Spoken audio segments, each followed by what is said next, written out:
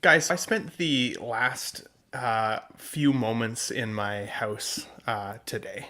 I've been in the process of selling it, and I had to go back to the house and clean everything. And I Did you did nut one in it? kind of, I did, I did not nut. Wow, talk about I a did cold open. one final, walk through and everything. And as I locked the door, I kind of patted the house on the side, said thanks for everything, appreciate What the the fuck? life and the love that you've given us, right? The safety.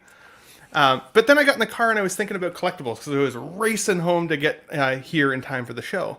And I was thinking about all of the toys and the collectibles of my past that I wish I could find now. Do you guys have any toys, figures, old collectibles that you lost over time that if you could go back to that one item, you would get back in your collection? Ooh, that's a good question.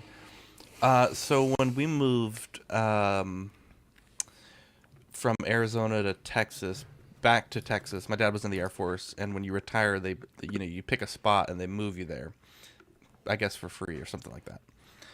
And I had collected, I've talked to Eddie about this, a bunch of Zoids model kits, Oh yeah. and I was at like all my toys, basically different kinds of boxes. Some were like model kit boxes, some were like action figure boxes. When we got to Texas, I, was kind of like not wanting to have a bunch of toys in my room, and I was kind of like getting into like high school age, and I was like I'm not gonna get those out right away. And I remember my mom ended up giving away all my stuff. I don't know why. Like, did just on her own gave away all my model kits, basically all the boxes that said toys. She She's like, claims that he's she finally didn't, grown but up now. He's not going to do anything with Yeah. toys, so we He can. doesn't need these anymore. look at that! Look how that aged. That's right. And so basically, my life's collection at that point was just gone. So she says that they're in the house somewhere, but I've been in the garage many times. I've never seen them. So yeah, I don't I don't have really any of my there's like a few boxes that survived the purge, as I call it, but I would say like 99% is just it's gone. It's gone. That Crazy. hurts. What It about you, stings. Marco? Yeah, I think my Pokemon cards. Now they're somewhere in my parents' home. I'm pretty sure, unless they sold them at a garage sale. I don't know that I have anything of value, but I would just love to see what I accumulated.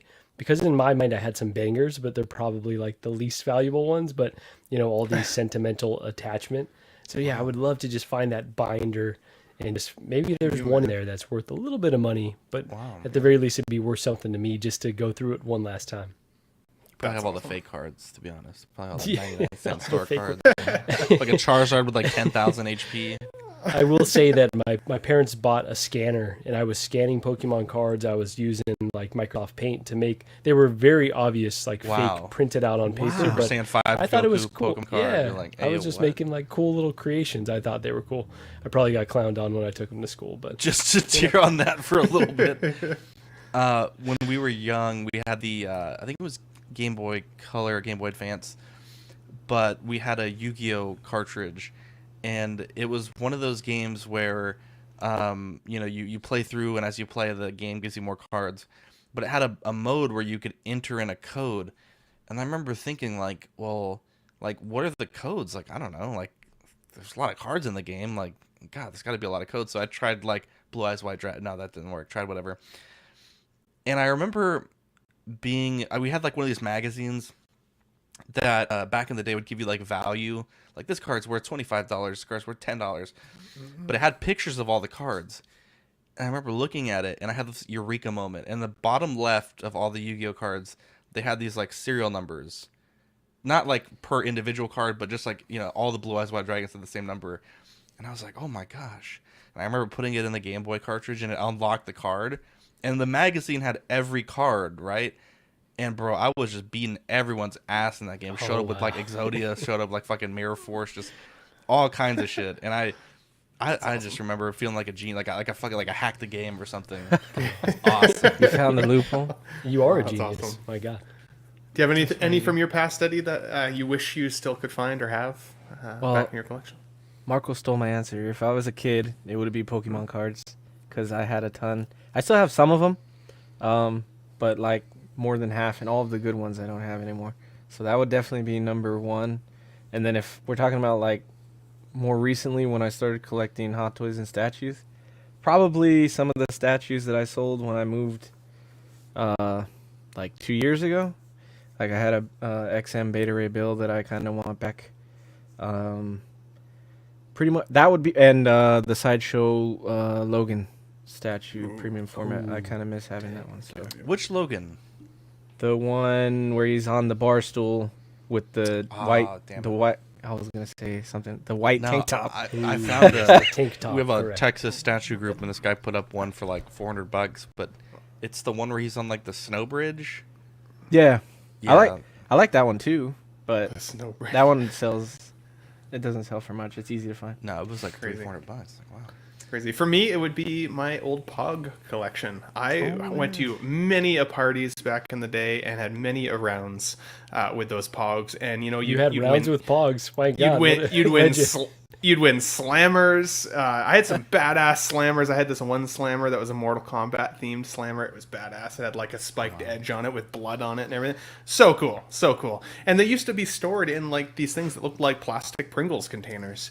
And my mom swears she never got rid of them. But I'm like, I had at least 300 or 400 Pogs in there and slammers. Like, I would, they'd be, I don't know if they'd be worth anything at this point, guy's but got they'd be numbers like cool Magic Johnson to over look here. through. So Jesus Christ. I was good at slamming. What can I say? Well, wow. It's interesting because Ben Slammer hasn't seen a Pog in a long time. You're not right. Are you an angel? What? An angel. I heard the deep space pilots talk about them. They're the most beautiful creatures in the universe.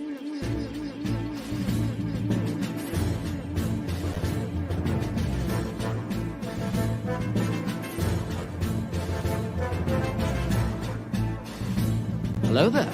We are tonight's entertainment. We would be honored if you would join us. He's got a billion toys. You brought in the doll collection. These are not dolls, Jim. These are commodities. Same as gold or oil. 5, 4, 3, 2, 1, 0. You are now listening to the Collecting Weekly podcast. This is the true form of lore gang right here. Very nice. YouTube.com/collectingweekly. Thank you very much. That's very cool. Big. Hey guys, my name is Zach. I'm Marco. I'm Ben. And I'm Eddie. Welcome to this week's episode of Collecting Weekly. It's a weekly podcast where my friends and I talk about the things that matter the most to us this week in collecting. Pogs. Pog slamming. Like Pogs. Yeah, well. I missed the Deans, that's right. We have a great show planned for you guys tonight. We actually have a ton of news. It's quite a bit of information. We also have a great hot seat question. We also have a great discussion for today. But before we get into it, we have a very special segment that we kick off all of the best shows with. It's new this week. All right, so new this week. Mark, you get new this week. You didn't even try. Yeah, what do you got new coming up this week? I thought someone else was gonna do the. I couldn't. I'm over here. Dean is rolling around over there watching over us here. live. I'm over here Yeah, washing you can see and it. drying dishes. I thought someone was gonna say thanks to the people watching. I thought someone was gonna say. I just Jesus can't Christ. step I didn't know on if we were Dean's allowed. toes. You know, Why would yeah. you try to Jesus imitate H. greatness, you know? Christ. we got to do our own thing today. Well, we were So I fighting did for my get fucking this- life right now. I thought it was smooth. We still got Dean's voice in the intro. So yeah, I got this Abuelo Loki, which everyone is sleeping on. I'm going to tell you right now, everyone is sleeping on this one. This figure is so dang good. If you like the Loki show, right? Like I did. I really enjoyed the Loki show. I like the costuming.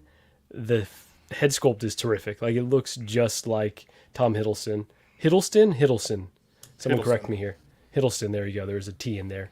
Yeah, it looks just like him. Like I'm blown away by this figure overall. And the accessories. Again, if you like the show, it comes with 2 Miss Minutes. It comes with the computer. It's got like a portal backdrop. It's got multiple swords and daggers. Yeah, it's a really, really nice release. So very happy to add it. And I might add that endgame Loki eventually, but right now this is all the representation I need. It's not definitive for everyone, but for me, it's a damn good Loki. I think it's pretty cool. You almost should get it like a desk or something and a chair you can like sit him at, you know, like when he's in So the you could do the lab. taxes. Put the Miss Minutes on the desk with him. That could be a cool little I setup. would love that, honestly. Sell me that Joker desk and chair.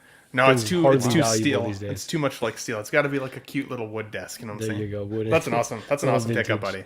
You are enabling me on this one because I have wanted this figure since its inception, and I'm like, I've already got my Endgame Loki, but I think if I put them side by side, right now I've got my Endgame Loki displayed with the Tesseract and the shackles, as though he's just picked it up and he's about to kind of warp and start this series. So I could have this guy next to it as that kind of progression, but I don't know. I think you'd love it, honestly. You know, I think he'll be around for a little bit, but definitely snag him if you can. Heck yeah. There you go. We got Toy Mafia in the chat. We got Eddie Aero Maestro. I need Dean to predict if I win the Lotto. Texas Two-Step, Sam Gist, Tukatri, Jose G. Hernandez, Yomo, Universal Key.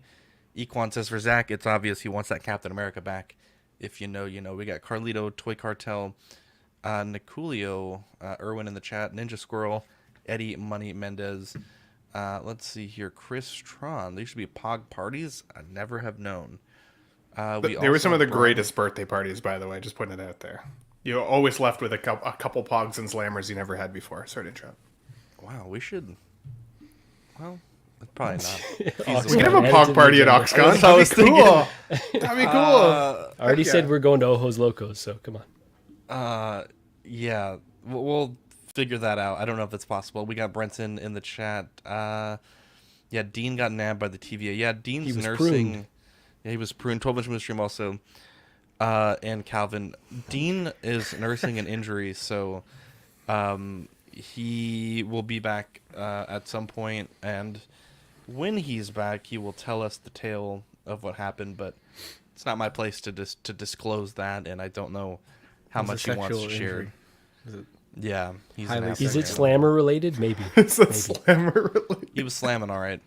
But we'll Miss try that guy. to carry the torch as best as we can. Hopefully a little bit better than we've done to this point.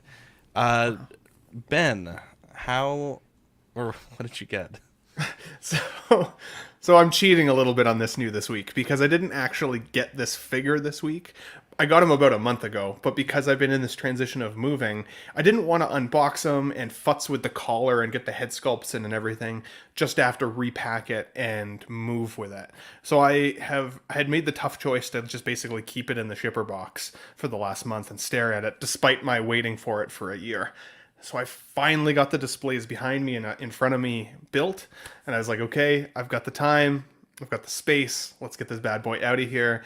And I slowly unboxed it the other night with some devil's lettuce and a rum and coke. And I had a wonderful time piecing it together. And came up with a couple different poses that I think a lot of folks have utilized. I mean, like a lot of people have already done these poses. I mean, not from me, but I think they're cool. They make me smile every time I see it. The one especially on the left, there was a keen-eyed viewer in my video or my short that I'd made for the channel that noted that I'd put the ring around the middle finger, and she was like, "No, it needs to be the thumb." And I was like, "Amazing! I love that kind of detail accuracy."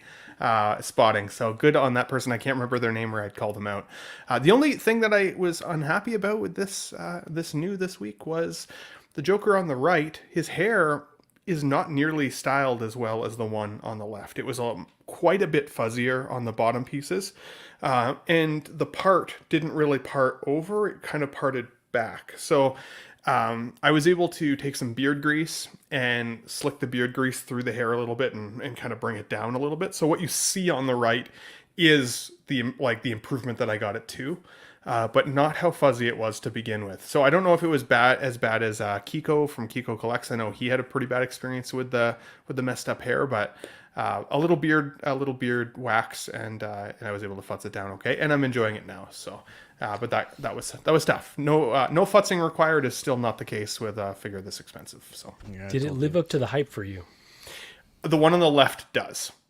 I can't walk in the room without looking at that figure specifically, and just the likeness to Heath is mind-boggling. Like it in person, especially, the photo doesn't even do it justice. I'm very, very happy with that for sure.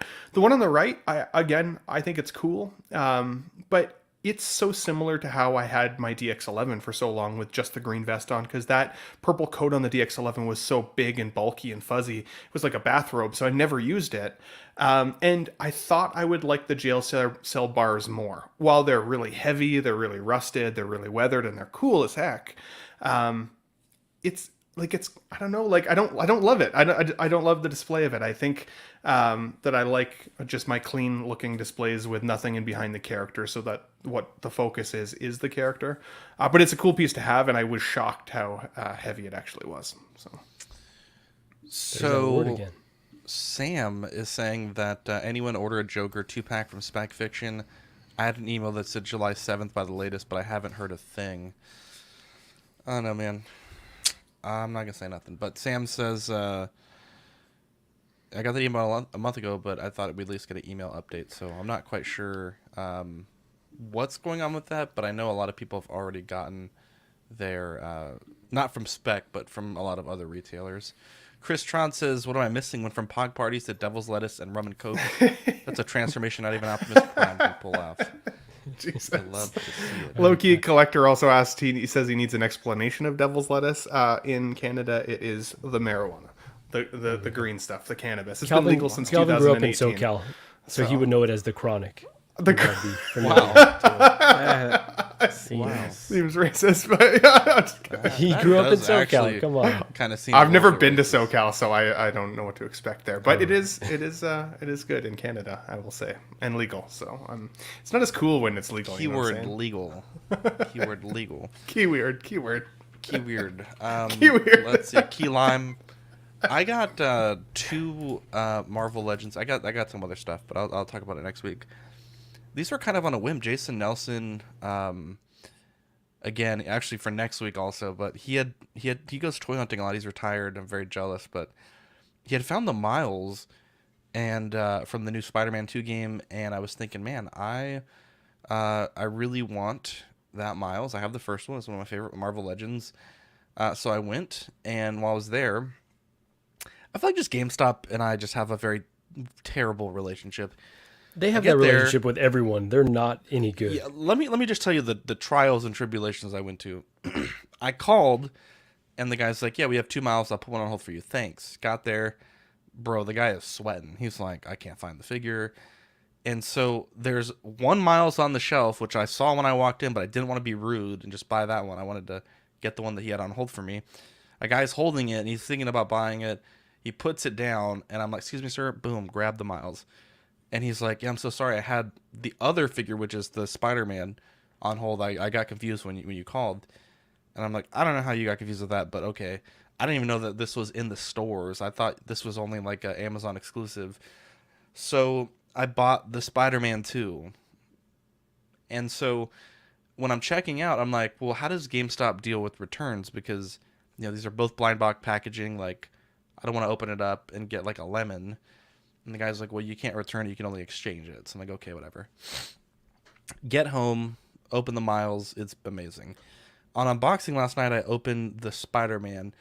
And while the figure itself was fine, it just had a bunch of weird paint things, like a bunch of spots of white. The paint on the wrists on the first one that I got, even this one's not very good, but it was like super see-through.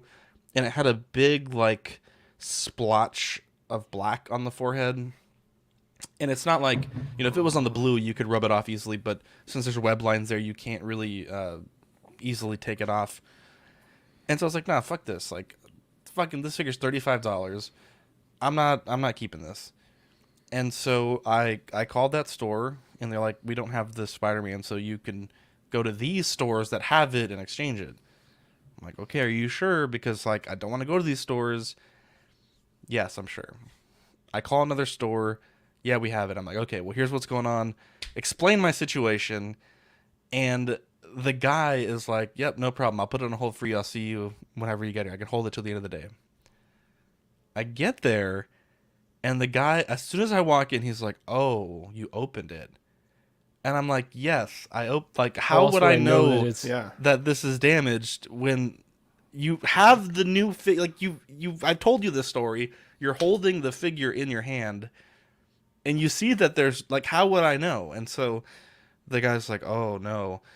And so he starts freaking out, and he like goes to like a binder and starts like rummaging through this binder. It's like he's like, I'm playing fucking Jumanji. He's fucking reading all the rules and shit. Over a $35 figure too. That's when you know that company's in bad Over shape. $35. So he goes, "Are you a pro member?"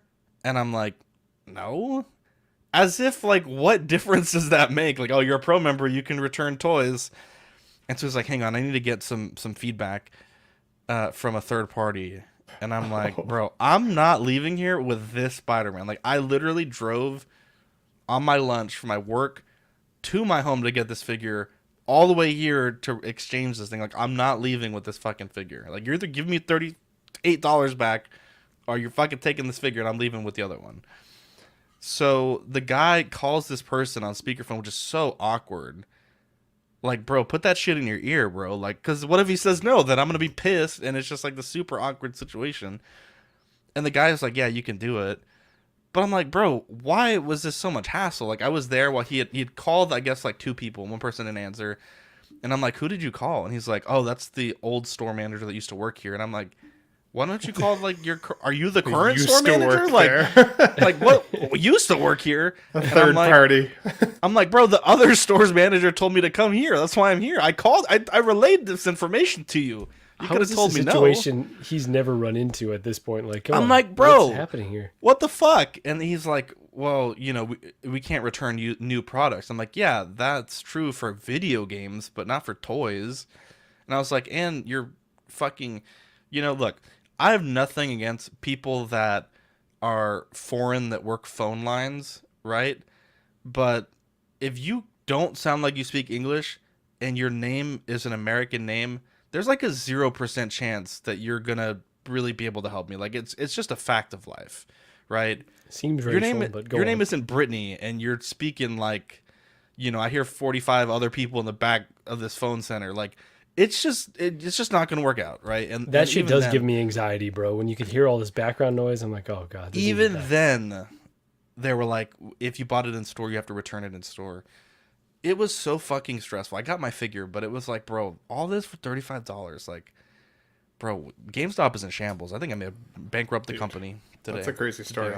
By the way, your Spider-Man pose on the left there, fire. Looks real Thanks. good. Real good. The Batman does look like he's checking out Spider-Man, though. He's like, I didn't know you could pull that kind of positioning off. Look at that. You're not wrong. Looking right at his ass. The Miles has great articulation, but you have to pose it on a flight stand to really take advantage of it. And also, fuck Hasbro, because they gave Spider-Man one whip hand and one, like, posed hand, so you can't, you don't have the other Can't set. change it up. That looks good, though. Looks real good.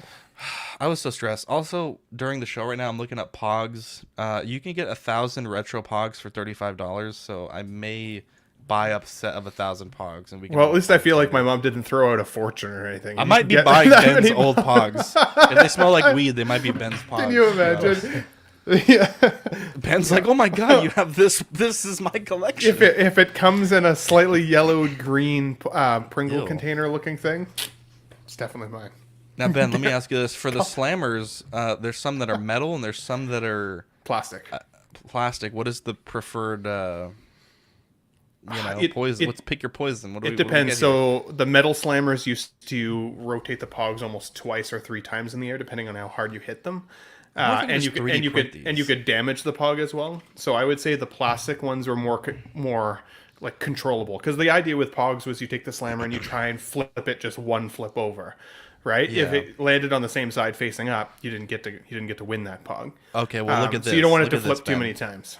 The Pog, you could 3D print Pog slammers. I don't know how good they are, but I might have to print Oxcon Pog slammers. I think that might be. If you're gonna have Pogs, you need slammers. They go hand in hand. You can't even play the game otherwise without. So. Oh, okay. Well, fuck me then. Well, I guess we're gonna have to spend like $100 so Ben. I should have waited for an After Dark a year later to tell you this. Fuck me then. Anyways, quick update. I feel like I should get like at least a quarter point, because there was a little symbiote in the photo that we're gonna talk about, but I have 0 points because I know fuck all. Dean Stradamus somehow has 3 points, which is incredible. And at this point, I would almost be surprised if we don't see a Bo-Katan, because this motherfucker's been right on everything. His list Eddie, felt like he spent the least amount of time on it, and he's been killing it. It's crazy. Look, man, it spoke. Dude, I it thought spoke to him. his list was the weakest. I was like, all right, this guy isn't getting shit. Look at this idiot. The game doesn't come out for a long time. They're I'm not going to announce screwed now. the figures yet, anyways. Eddie Money Mendez, 0 for Run that 4. zero train. 166, 0 for 4. And did I get Ben's? Oh, I need to copy Ben's in. Ben, let me. I feel like your slide was in there. I can tell them to. Yeah, go ahead. So mine was a John Wick. At the very least, probably John Wick 4, because we did get that little Hot Toys tease that immediately got brought down. I've been really enjoying Secret Invasion, so I'm thinking maybe another Nick Fury, like either an old generation, like the current version that we have of Nick, or a reissue 2.0 of the original young Nick Fury. A symbiote Spider-Man from the PS5 game, which I would say, Zach, I also maybe got like a quarter point, because that could also be a tentacle, but I know they're not the Keep same. dreaming, They're not a shared universe, so I'm just stretching. Marco, can you email me that slide again, please? Yeah, I got you. And then my other one was a young Indiana Jones, because I think the Hot Toys are going to wait a couple weeks, and then we'll get one. Either the de-aged version we saw from the newest film, or hopefully like a Temple Indie or something. I watched Temple last night. The movie still holds up. When they're eating the monkey brains. I can't stand that movie. It's awesome. I can't stand that movie. What? I love Temple is the second best one, dude. Bro, awesome. Willie is so fucking unbearable. You are not wrong. I Holy forgot how Jesus. annoying she even was. She screams all that throughout that movie. It's ridiculous. Yeah. It's how do I know if a Pog Slammer is any good? That's the question. I should buy a few real ones. Anyways, let's get into the news. So just a brief update. Indiana Jones did not go up for pre-order. A lot of people are kind of freaking out about this. I wouldn't freak out just yet, but we are still waiting on that. Two other figures that didn't go up for pre-order. We'll start with Peter Parker, the Advanced Suit 2.0. We do have sort of an estimated prices from Hong Kong, but don't really want to speculate too much on that. But this figure here is interesting. I feel like, the Advanced Suit 1.0, and I guess technically the Classic Suit, which was very similar, amazing figures. I owned the Advanced Suit twice. I loved it. When we had, for the giveaway last year that Lane sponsored, the Classic Suit in hand, amazing figure. And I feel like they should have learned the things that they did right and the things that they did wrong with that figure, and I'm hoping that they apply them to these two figures. Like Ninja Scroll saying in the chat, we have 1,000 units of this figure for Sideshow. I want to say that number was, I think, 300 of both for Hong Kong. 1,000 of Spider-Man, 500 of Miles. But the thing that kind of loses me a bit on this figure, and I'm certainly not saying that options aren't great, because I think they are, but I think this game is doing a lot. Like if these features are indeed in the game, because Amazing Fantasy 15 first appearance of Spider-Man, you get the web, the web armpits, right? Civil War, you get the Iron Spider-Man suit. Amazing Spider-Man 252, you get the symbiote. You're combining like so many classic Spider-Man tropes into this one suit, and I feel like it's doing a lot. So That's I'm the not game, sure how though, right? Like you can yeah, the game has to these legs balance on any suit. all this shit together, and I think it's going to be interesting. But as a collector, like you're getting some amazing iconic Spider-Man stuff with this. I think it's fantastic. There is also the newly designed webbing, like Ben said. You get a little peek of the symbiote in the webbing, and then I think a little bit of an effect. These remind me more of what you would see with like a Mafex figure, right? Like Hot Toys, typically the webs are just like in a little tray. They're all straight. These have a little bit of a bend to them. The symbiote webs have a little bit of like a spear design. So perhaps a missed opportunity to give us a portrait, but I think this figure has tremendous upside. And, Which being a portrait would you little... want? That's the thing, right? They changed it. That's the thing. I think for the game, right, for this figure, you have to go with the PS5 version, which I don't recall. They're never going back to that original version. Right? Yeah, like I prefer the original version, which I do think too. is kinda funny. I 100% agree. I think this, like, of all the things that we've seen this year that were limited, that Sideshow got, this one's gonna be a fucking street fight to get. Like, I think a lot of people are gonna want this figure, and I wouldn't be surprised if, like, I don't like to give speculation on value, but I think this one has a lot of upside. Like, if you're that kind of collector, I think it's gonna be a hot commodity, especially if it's one of those that comes out fairly soon. Like, it's looking like it may be. But what do you guys think about this? This seems neat. Yeah, so of all the limited edition, runs that Sideshow has done, or Sideshow and Hot Toys, where it's going to be pretty tough to get, I think this is pretty top of the list in terms of ones that, if it was a standard release, I would definitely be buying. So I think this one, the Captain America from Endgame, and probably the Wonder Woman with the rooted hair, which I'm kind of glad that I may have missed out on that. We'll see how the final product turns out, but it's seeming a bit suspect. But yeah, so in terms of the spider legs, in the first game, that is an ability that you can activate on any of the suits. So I don't know if it's going to play a larger role in the story, or if that's just what this is paying homage to. They've already got the tech that they did from the Iron Spider version of the game suit. So I think it looks really nice. I think I don't want to speculate too much because I haven't done my homework on exactly the upgrades from the first version, but it seems like the head may be a bit better, more raised webbing on it. So it just overall looks really nice. But I am perfectly fine with them doing this as a limited release.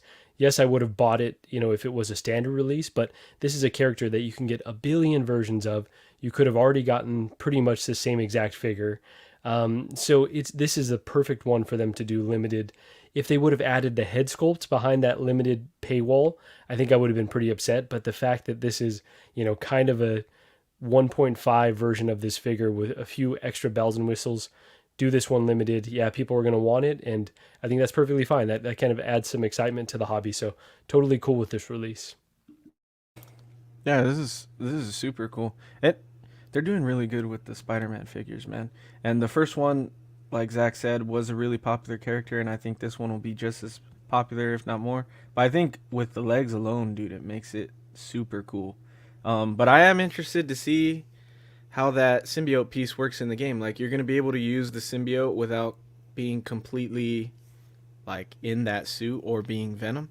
I wonder if he found a way to, like, mix the symbiote with his web shooting technology, and that's how he's doing that. But that's crazy cool. Yeah, I like all the accessories with it. So I think you guys are right. I think this one's going to go fast. I have mega anticipation for this game. There are a few superhero games that have come for me in the last couple of years, or last 2 decades, let's call it, that have just like stood out.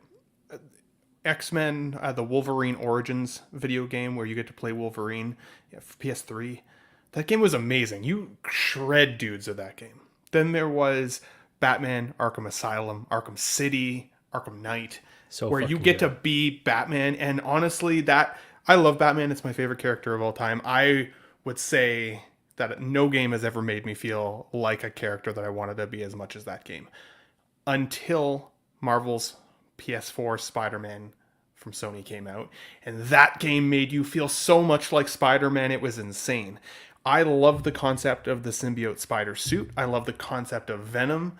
And this game, I'm so freaking excited for, just for the game itself. And I know myself. I know that if I end up connecting to the game as much as I anticipate, as much as I think I will, there ain't no way I'm not going to collect a figure that represents that feeling for me in the collection.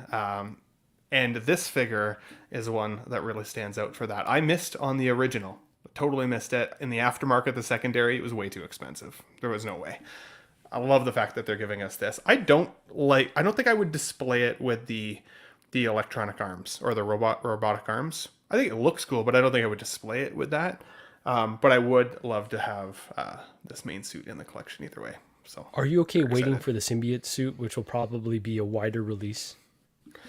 I think I would like to have both, to be honest. Just kind of the transition, I think would be really, really cool. Kind of tells a story in the collection and a representation of what I expect to be some of my favorite suits to play with in the game, for sure. Awesome. And how dare you disrespect Avengers and leave that completely off the list? That game sucked, bro. What are you I'm talking kidding. about? It's not. It wasn't a great I was game. like, that's the hill you're dying It on? wasn't a great game. I'm joking. Yeah, never played it. It's What? free now in the PlayStation library, I think. But It's decent. It's not good though. can we play together? Like with that? That could be Yeah, fun. we can actually. Oh, we should Yeah. try that actually. We should Let's get do Dean it. in on that, especially if it's Oh free. yeah. One thing that it's tough, right? Because the game isn't out yet. But I would say a lot of people I've seen are like, oh, I'm going to hold out for the symbiote suit, myself included, right? And let's be real, regardless of the impact that the symbiote suit plays in the game, I'm ordering the symbiote suit. Obviously, big fan. But I don't know that I would hold out on this completely if you love this game and you love what you're seeing here, because we have no clue how big or small a part of the game the symbiote will play. I think it's probably less than I think I would like, because obviously Venom is a part of this game as well. So, you know, just keep an open mind as you see these pre-orders. You know, we may not... I don't plan to sit on my phone and refresh all day, so I'm probably not going to get this. But, you know, just be aware, right? We haven't seen the game. We don't know the impact that this suit will play, nor the impact that the symbiote suit would play. I think Miles' impact, you know, as far as we've seen, it's one suit so far. So I would feel pretty comfortable passing or purchasing that figure. No, that's a good point, and I definitely want to attempt to get this. I know I'm going to be annoyed by the price because anytime they do these limited runs, they're pretty inflated, and I know that I'm probably not even going to get it, and that's another potential annoyance. So as long as you go in with the correct mind frame, like, hey, there might be another one coming from the game. Yeah, exactly. It's going to be all right. Yeah, I can't imagine this is all we're going to see. One thing that's nice, though, is Hot Toys already has experience with these claw-type things with the Infinity War / in-game Spider-Man, so you know they have some basis to work on for things that they could do better. One of the things I think they could do better on this figure, and I believe the classic suit as well, it had that like rubber body underneath, or like it was like a foam muscle suit, and it made the suit bunch really awkwardly. And I don't love what I'm seeing here, because I feel like I'm seeing that those same problems sort of arise in the shoulders and then the sort of like the inner crotch area. But, you know, obviously we'll wait and see. Ankle articulation in this photo also looks really bad. So, you know, just some things to keep an eye on as this comes to solicitation. I don't want everyone thinking this is going to be like the craziest articulated figure, because as much as I love the advanced suit, it wasn't like super crazy. But then again, I'm spoiled by the Marvel Legends. Or even But with yeah. some of the other Hot Toys suit materials that they've given us. Like I've got the upgraded suit for the Tom Holland one. That thing poses well, and like even though it creases a little bit with a pose, it bounces back within about a week back to its original state. For at least for me. So Yeah. I love the posability on that one, and it's not nearly as like kind of chunky in terms of the ripples Wasn't, for where the articulation is that you see. Wasn't the advanced suit the first one to get that rubber body? It was the believe upgraded so. suit that I have, not the advanced. But No, yeah, Eddie's or you're just asking meaning about just this, in No, I'm general? just the saying, one like, point the of first sorry. one was Yeah. the first one to get I believe that. you're Gotcha. correct, Eddie. Yeah. Yelmo says, let us know if you need an extra player. Yeah. There was the Scarlet Spider too. I think this Dude, that was my favorite one. Scarlet Spider was really good. The I That don't one know if that articulation had, articulates was really good. well. okay, Yeah. it wasn't. So that one wasn't rubber. What about the other one that had these it was like what the heck is it called now? The I'm comic blanking. Iron Spider. Yes, thank you. What about that Yeah. suit? That one was like more plastic. It was like that real glossy okay. material. Yeah. Never had that So, in mind. but if I remember correctly, you're talking about the red and black suit, right, Ben? For mine, yeah, my red and Yeah, black Tom Holland. that one's more fabric. It's not. That's what I mean. That's why I Yeah, say it like these are like that posability wise is plastic really good rubber, not plastic, but it's like a rubber synthetic material. for sure. At any rate, I love the improvements that I'm seeing here, and you know, having actual, I called them organic in my little video, but I didn't mean organic like they're coming from them. I meant more like they're not just a straight line. They have some motion, some you know, gravitas to them. I think they're really nice. Miles Morales, this one seems a little bit more phoned in, but that is not Hot Toys' fault. I think for the game, they really just added a red stripe, which is kind of what they did for the Spider-Verse movie, to this character. This one limited to 500 units. The Venom shock effect is changed from that yellow/orange to blue, which is interesting. And as mentioned, the costume is just a tiny bit different. You do have the organic style webs, So these are good to see, newly designed webbing accessories. And same thing as Spider-Man. I feel like a missed opportunity to give us a portrait, especially with Miles. I think it's a little less controversial because we only have that one face actor for the video game. But this figure, the first version, I think was really highly regarded. I think everyone that I know that owned it loved it and still loves it. So this suit looks incredible. So perhaps not as immediate, I think, a necessity, compared to the Peter Parker that had, all kinds of new toys. This one seems a little bit more slimline. What do you guys think? Yeah, totally. I am disappointed by the lack of accessories, especially given the price that they're probably going to command. But again, it's limited to 500, so there's only so much outrage I could have towards that because it's just intended for a very small audience. So this is one, again, that I'm completely fine with it being limited, but give us at least like some type of cool additional accessory. There's got to be some standout piece from the game, because I think the first version came with all kinds of stuff, and this is so extremely stripped down that it feels like it's not even worth revisiting. But it makes me want to chase that original version. It's one that I always thought about, and I maybe will pull the trigger eventually. I don't need the latest and greatest. It's close enough to what we've already seen. So the old one is still at my local comic store. So if you want me to source a price for you, I can. Just let me know. Appreciate you, bro. Yeah, I agree with you guys. I feel like there has to be something he uses in the game that they could have thrown in here. Like, even if every suit can use those arms, like if Miles could use those arms, it would have been cool that if he came with red arms or spider legs, that would have been cool. But I don't know if he uses them in the game or not. But yeah, it seems kind of like bare bones, kind of. I'm sure like super Miles fans will want to grab it, and the limited availability will like push it to sell out fast. But yeah, it's kind of like whatever. That's fair. I loved the game, the Miles Morales game. I mean, again, follow up to the PS4 Sony Spider-Man game. It was awesome, and I love that it's played out over Christmas. So I can beat that game now in about 16 hours straight through. So every Christmas time, I take a day and a day and a half and just play through it for get me in the Christmas spirit. So I still don't own a Miles though, because I've been so split. While I liked the game, I also really like the Spider-Verse movies, but the Spider-Verse definitely has a little bit more of that animated kind of feel to it. Not as much of a realistic looking body. Most of my figures are realistic looking like human bodies. So I've been so like divided on which one I should eventually get, to the point where I'd virtually missed the original release of this version. And then, as I said, only just recently saw it at the local comic store.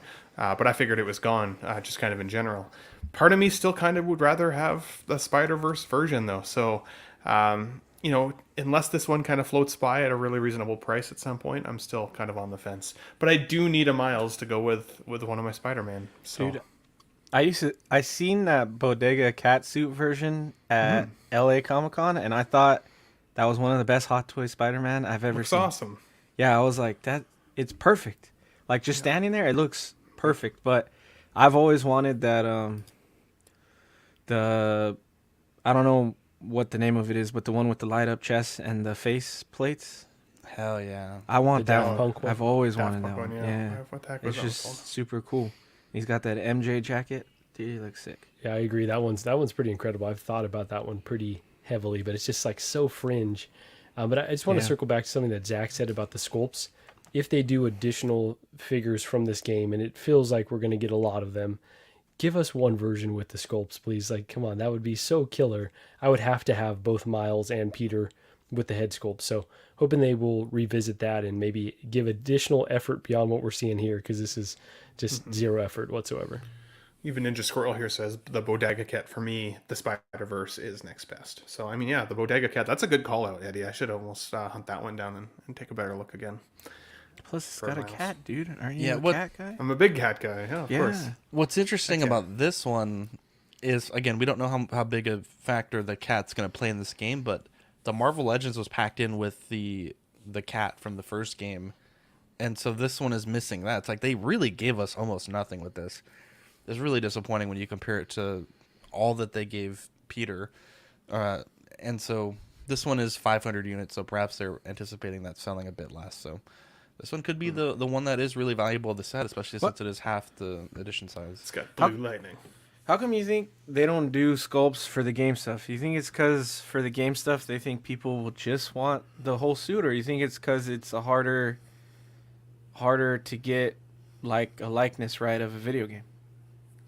I don't think there is likeness right necessarily for the video game, other than kind of like maybe an animated right for like if you've got the license, you can produce it. Because I mean, if you think about the 2099 Spider-Man we just saw, that head sculpt looks badass. So they can clearly they can pull off of like an animated style look that I think would be representative of what you see in the video game. Oh, that's true. Yeah. I would disagree just a bit because I think, go ahead, Zach. Yeah, I think the way that they're making games now, I don't know about Miles, but I know for sure the Peter Parker actor, the voice actor, they also do the face mocap, and I know they do that with the what is it, the Jedi Fallen Order? Yep. Cal Kestis looks exactly like the actor. Yeah, exactly. So I wouldn't quite say in this era that they do that. Like, it's not like, you have Mark Hamill voicing the Joker. Like, you don't need Mark Hamill's likeness rights. But I think now with some of these games, I haven't seen what the Miles actor looks like, but I would assume he looks like the face model. But I don't know. That's a great question, Eddie. Because I guess the game is also trying to look almost real, whereas animated looks animated. So yeah, they're certainly like even very my example realistic. there is like, yeah, it's not quite the same. Maybe they have Marco, examples what were you that saying? weren't quite up to Cut snuff. you off. No, I was just going to say that I don't think that they add head sculpts because I don't think they have to, because I think these figures sell so well that this game was... I mean, they sat around for a long time, but that might be more indicative of them just ordering so damn many of them. But yeah, I don't think they have to, because this game was so popular, because the character, both Miles and Peter are so popular that I think that these, can sell without a head sculpt, so they just don't do it, which is unfortunate. Sure. Well, Ninja Squirrel 30 says cost them extra. That's why they do it, less profit. I mean, I can see that to a point, but I also think if you're going to add cost to any figure, a sculpt is where the additional cost should come, not from and that's what random they're little known accessories for, right? sometimes. Yeah, exactly. So, and it gives you an alternative look. So I think it might, for a release like this that's kind of scaled back a little bit, it might have been more incentivizing to get this one if it had come with a sculpt, because it would have differentiated it from the original release and given you multiple display options with less accessories. Hard to say. That is an excellent question, Eddie. You're fucking onto something, bro. Let's move on. This is the money shot here, obviously, Peter and Miles. You'll love to see it. I'm 1,000% sure we're going to see a more formal release of these, but at least at the moment, I thought they were going up today. Are they not going up till... I could have sworn it said Tuesday, unless I read that it's Thursday. I don't know. Didn't see it. Let me just double check, because I remember it was on the coming soon page.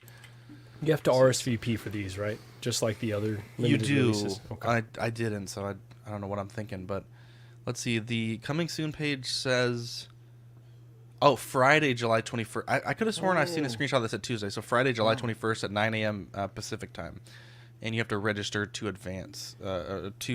register in advance to pre-order. So Friday, July 21st. Okay, and they're doing a panel at Comic-Con the day before, so we might see some more previews from this game if any of that footage is put online.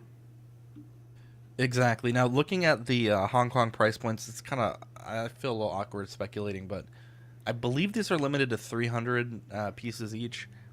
These are for ACGHK, so this is very much a summer convention exclusive. $252.94 for Spider-Man, and 1880 is $240. So I would say you're probably looking at another $50, so maybe $299 for Miles, and like $310, $320, which, again, if it's only a $10, $20 difference, I don't understand that, because, he does come with so much more. But that's the sort of graphic there that is on the secret base page. So very exciting stuff, and this is for July 28th to August 1st in over there. They're also making fewer of the Miles, right? You said? So if they're making fewer of them, they're probably not getting as much of a cost savings on mass production. I need to double check, because let me correct myself, because I may be speaking out my ass, but this, I don't have the translator up, but this says 300 pieces. I know Jenkin Wong put up a post that said exactly how many were each. Yeah, if you guys want to just talk about this for 2 seconds, let me just get this proper. As I said, I could see the fewer they make, the more it costs to produce, right? So needing to sell more. What do you think? I don't know if you all have been on any buy-sell trade groups, but I'm wondering if the cost of the original ones are going up or down, given the limited nature. Maybe they're going down because folks want to unload to try to get the new ones, but just seeing this shot here makes me want to chase those originals again. They're going to be a lot more. They're going to be a lot more attainable and potentially lower cost. Yeah, How limited was the game Disney Spider-Man? How limited was that one? Oh, the churro one. They didn't give us a number. They didn't, It was just released what there about, at the con.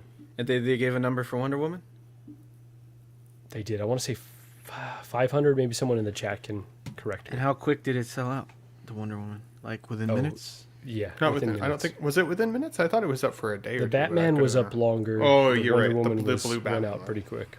Yeah. So the miles will for sure be gone in minutes, but maybe the advanced suit lasts like a couple minutes instead of like. It might be the other way around, Eddie. Honestly, the advanced suit, Really? even though there's more of them, there might be more folks trying to snag that. Honestly, hard to say. Vixie in the chat here, Zach says 3,000, not 300. But you're muted. Sorry, I don't think so, Vixie. I just ran it through Google Translate, and Google Translate, and this is what I had remember reading first. It says limited to 300 sets for both. But it also says thousands Morales, so.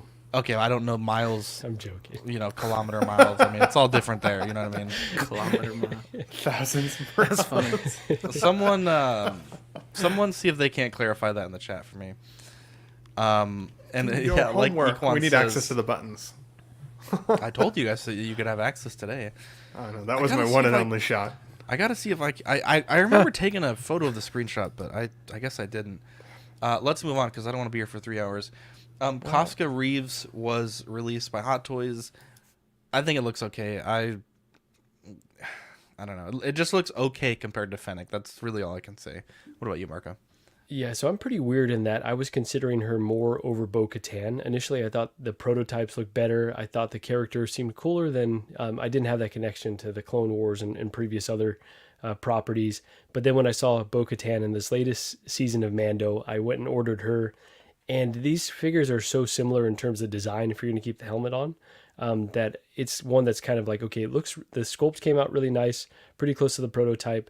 I do think the neck is a bit long. I think Eddie may have said that on LWO, like, look at that neck. But so that's like the biggest gripe I would have. But overall, it's a nice looking figure, but nothing that stands out so much above and beyond Bo-Katan. But I think a lot of folks are going to want, all three, Axe, Bo, and this one as well. So yeah, it looks nice, but definitely not one I'm considering at this moment.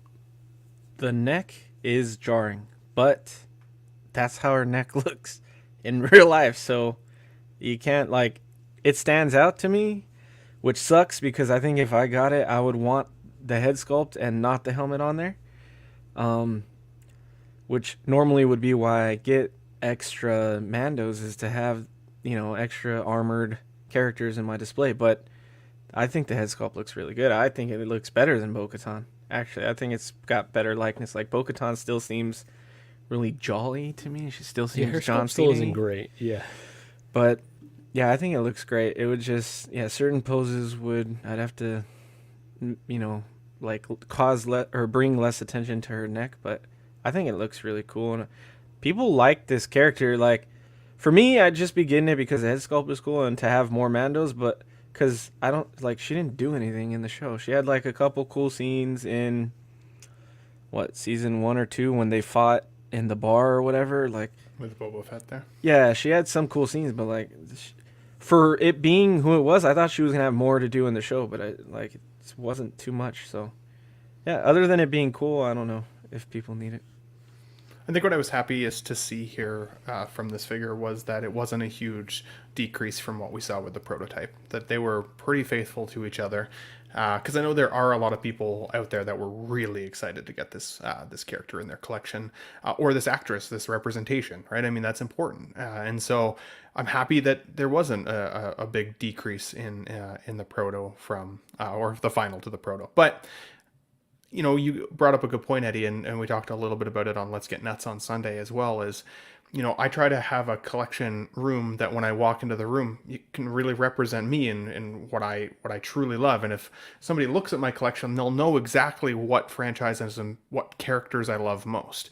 This is just not one of them. There wasn't a ton of character in the show for this actress. She was kind of a background piece, and that's okay. She was badass for the scenes that she had. She was an intimidating force, beautiful person. I think there's a lot of good there. But there's still potentially a lot of meat left on the bone for who this character even is. I'd be curious to see what else we get down the line from her character, if anything, if Mando even comes back at this point, right? But we'll see. Mando's definitely coming back. Come on. They did what Indiana Jones just did. That weird like black circle where it's just like zooms in and it looks like it's all over. I don't know. Wow, spoiler alert, Ben. What the I don't know. Hey, it's been weeks now. We've been out 2 weeks. Okay, Ben. We're good. We're good. Fuck? I said I'm seeing That's it not this even a Saturday. spoiler. Spoiling Indiana for me. Both did die at the end of the this last episode slash film, yeah, but they're you know, all dead. I think Everybody they're coming died. Anyway, I apologize if I spoiled it for anybody but Zach. Fuck that guy. So looking forward to unspoiled movies. And sorry. Jesus. Dude, I have a bad sense of time. Even Tremble Dust says it's too soon.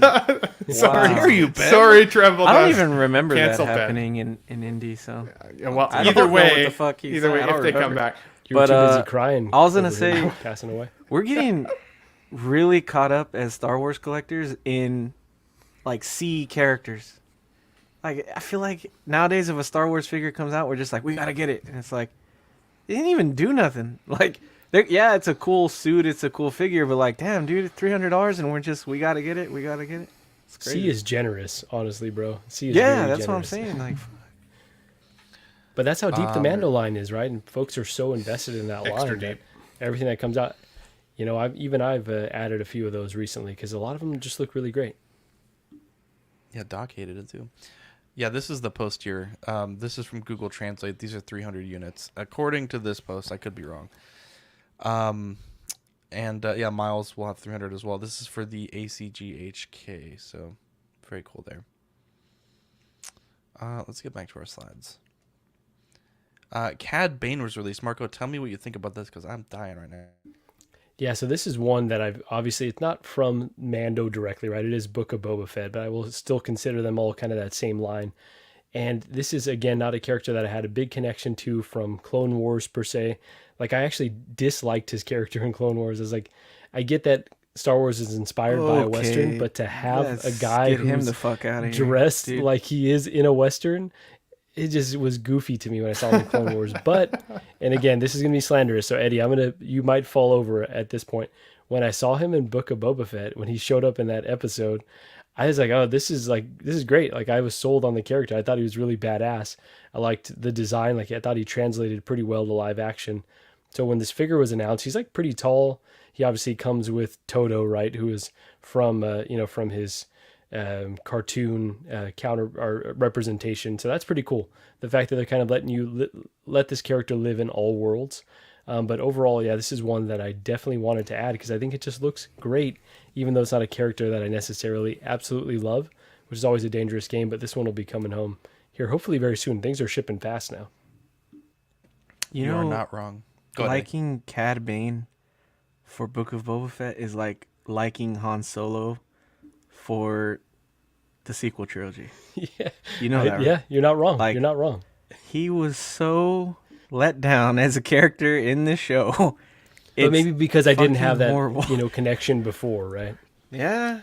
Also, Bro, I hate Cad Bane. I hate Cad oh Bane. my god, you Let and me tell you Dean, this. dude, you guys kill No, me no. for my character. Let me say this. This is going to be a hot take. I hate Cad Bane and I hate Ahsoka. Because one, Cad Bane is basically... Hang on. Cad Bane is like Dave Filoni's D&D character. He has insane plot armor. He has put this motherfucker in everything. At this point, and Ahsoka too, at this point, I wouldn't be surprised if Ahsoka's the chosen one, right? That bitch is everywhere. Absolutely everywhere. Same with Cad Bane, and I'm fucking sick of it. I am so sick of it. I didn't even watch the trailer. To be Don't honest. slander Ahsoka. Once Rosario became Ahsoka, she's sacred. Okay. No, Lay off. absolutely not. Go take And then- go take your temperature, bro. And Cad then they're doing Bane. that damn vintage R2 as a droid. It's like, bro, does everything need to be explained or like canonized? Like, one black dude grabbed an ice cream container in Bespin, and now that fucking Camtono's everywhere now. It's like, bro, come on. I'm gonna see some motherfucker with a lightsaber coming out of his arm in Ahsoka, like, because the toy had it 30, 40, 50 years ago. Pretty sick. I'm tired. I hate Star Wars at the moment. It's so Oh my like, God. it's just so weird to me. I'm sorry. I just had It's to a good rant it's a about good that. time to convert to Star Trek then for you, actually. Actually, the next generation. Some next generation. I got Worf right with me right here. See, Ben, if this that is was ignorant. Star Wars, they would make a character that looked like that just because some fucking toy had it. I want to see a ignorant gorilla question. looking C-3PO. I'd rather Ben, get my do Star- Pog slammed than Wow. be a Star Trek fan. I get Pogs. Ben, really quick. That actually looks Do better Star than Trek- the data we're going to talk about. No, Data. Wow. It's data. Oh my, the Data. data. Oh my God. Okay, Ben, let me ask my question. Do Star Trek fans hate Star Wars as much as Star Wars fans? Excuse me. Do Star Trek fans hate Star Trek as much as Star Wars fans hate Star Wars? No, honestly, most Star Trek fans I know love talking about Star Trek because it's wonderful. Got it. Bro, she is everywhere. She's in Rebels. She's in Clone Wars. She's in Mandalorian. She has her own television show now. I'm pretty sure I'm leaving shows out that she's in. She was in Tales of the Jedi too. Yeah, she was. That bitch is everywhere. Everywhere. She's a cool character, bro. So is Cad Bane. So is Darth Maul, dude. These are the characters he's everywhere people too. I want to hate see. him too. These are characters people want to see, dude. I must not be people because I don't want to see any of these people. I've seen too much of Ray Park, Eddie. Damn. If That you was know, you know. all really hot takes. Tremble Dust says, really everywhere? I'm not a heavy Star Wars fan, but I'm like, huh? This... How dare you, Joe P? Does anyone like anything on the show anymore? Wow. Okay. I do. I'm surprised you guys didn't like it. I have not been able to get through the Clone Wars yet. I've been trying. I've gone back to it like 3 It different gets times. better after 180 episodes. I've Ben. just Come got on. to the end of season 2. People have told me that after season 2 it really starts picking up. That's so where I'm like, stuck okay. as well. I'm like, okay, season 2 in the bag. I'm gonna watch season 3 here soon. But anyways, so I'm not as familiar with Ahsoka or Cad Bane. All I really have as a good reference to those characters is really from what we've seen recently. Equan says, unless you were Spider-Man, Zach doesn't want to see you. You're not wrong. It's He's on a true. Spider-Man It's true. kick right now. For like a year already. It's been fucking I hope wild. that they make a new Lord of the Rings show and kill Gandalf. For you and Mark Pearson. I thought you said it, and they. I hope that you guys both have beautiful sons. Jesus. I thought you were gonna say, I hope they make a new show and piss off all the fans. Like they already did that. Yeah, I know. Oh my god. Ninja I Squirrel actually says, like that. I actually really like that show though. So I did too. Ninja Squirrel here says, Goofy, Western bounty hunter, gonna get him somewhere. Gonna get him when someone asks, who's he gonna say that, Mr. Goofy? I'm sorry. I'm sorry that I made you read that. I know, it's really Type hard better, to read. bro. Jesus. Jesus Christ. In terms of the figure and the character, I liked what we saw of the character in Book of Boba Fett, but it was brief, obviously. And when, hopefully this is not a spoiler, it has now been several months. When you think he dies at the end, that felt like the most Star Wars-y death I've ever seen. I'm like, there's no way he's dead. I don't even know why they teased that like that anyways. From my recollection of the show, I kind of want to go back though. Wasn't he a lot dirtier than this? Like this looks like he just got out of the typical dry Hot Toys, cleaners, but like real clean. Like, and I know we saw that from the Bespin Luke recently as well. Yeah, but this exactly. this is way too damn clean. The one thing though that I will say that I think is amazing with this figure is how the faceplates swap out. It is like beautifully seamless, and I think that that's a very, very cool feature. And the hat looks good on the character for once. Like, it's not like a funny looking hat. It doesn't look too big. It doesn't look too small. It looks like it fits the actual character's head really well. I think that's pretty cool. The only thing that I'm worried about with this character, if I bring it into my collection, is the height. From him being so much taller than the rest of my characters. Similar to, I guess, Thanos and Venom that I have, but I don't know if it'll stand out in a good way or in a bad way in terms of my OCD-ness. So with the Billies, it's actually nice to have some variation. You have it a little I extras. think it'll look nice. I do have quite a bit of extra. I think it's 16 inches between. So wow, or how'd you more. measure that?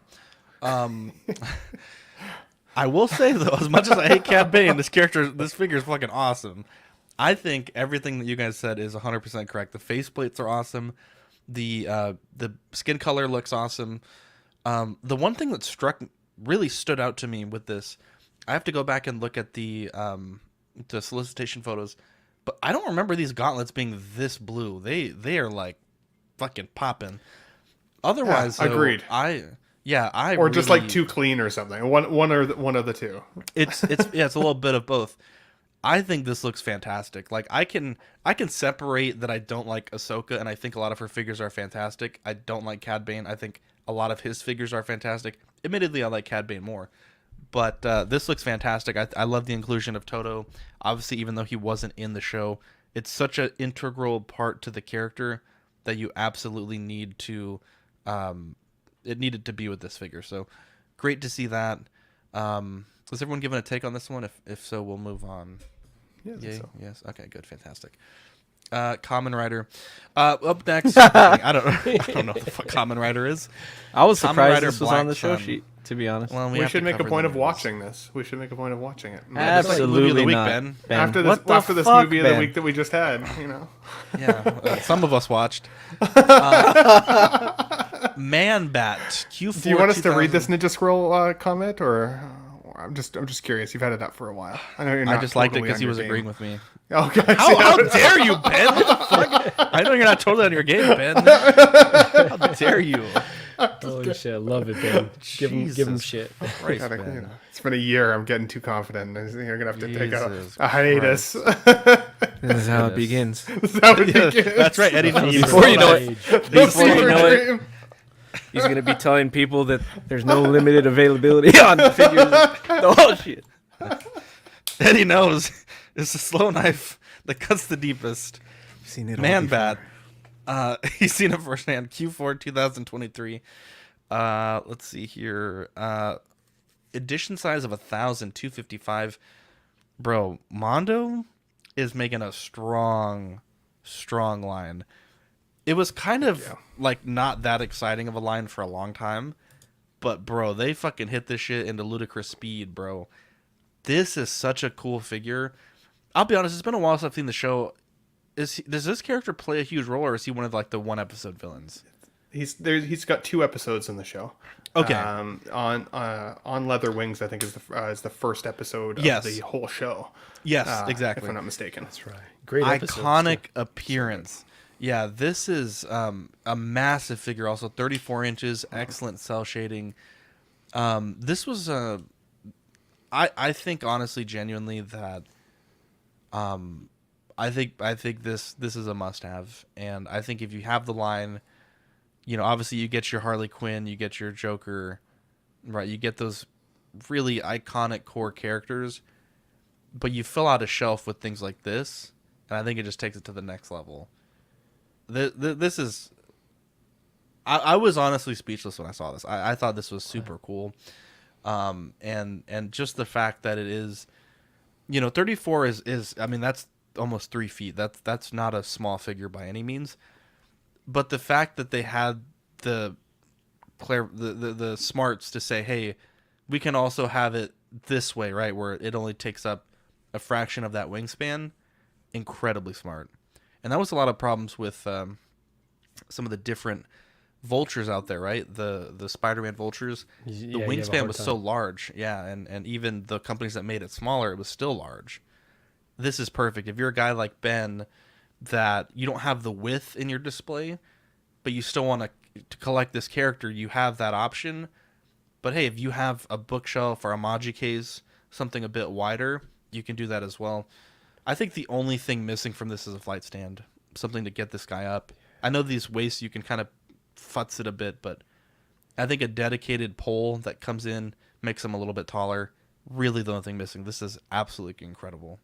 Completely agree. Yeah, so I've yet to go get a Mondo figure. Oh, that's awesome, Ben. I had that one as a kid too. Oh no, this is the remake, right? This isn't the OG. You're on mute, Ben. Sorry, this was I think this was the original, man.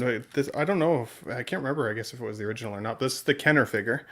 Back in the day, and you could articulate his arms and stuff. But got that Gokok 3000. Yeah, man. I fucking love this guy. He's awesome. Great. Old school. But yeah, but Man-Bat is like such a cool character. Like you were talking about his appearances in the animated series. I really loved when he pops up in Arkham Knight as well. Like I thought that was a cool iteration.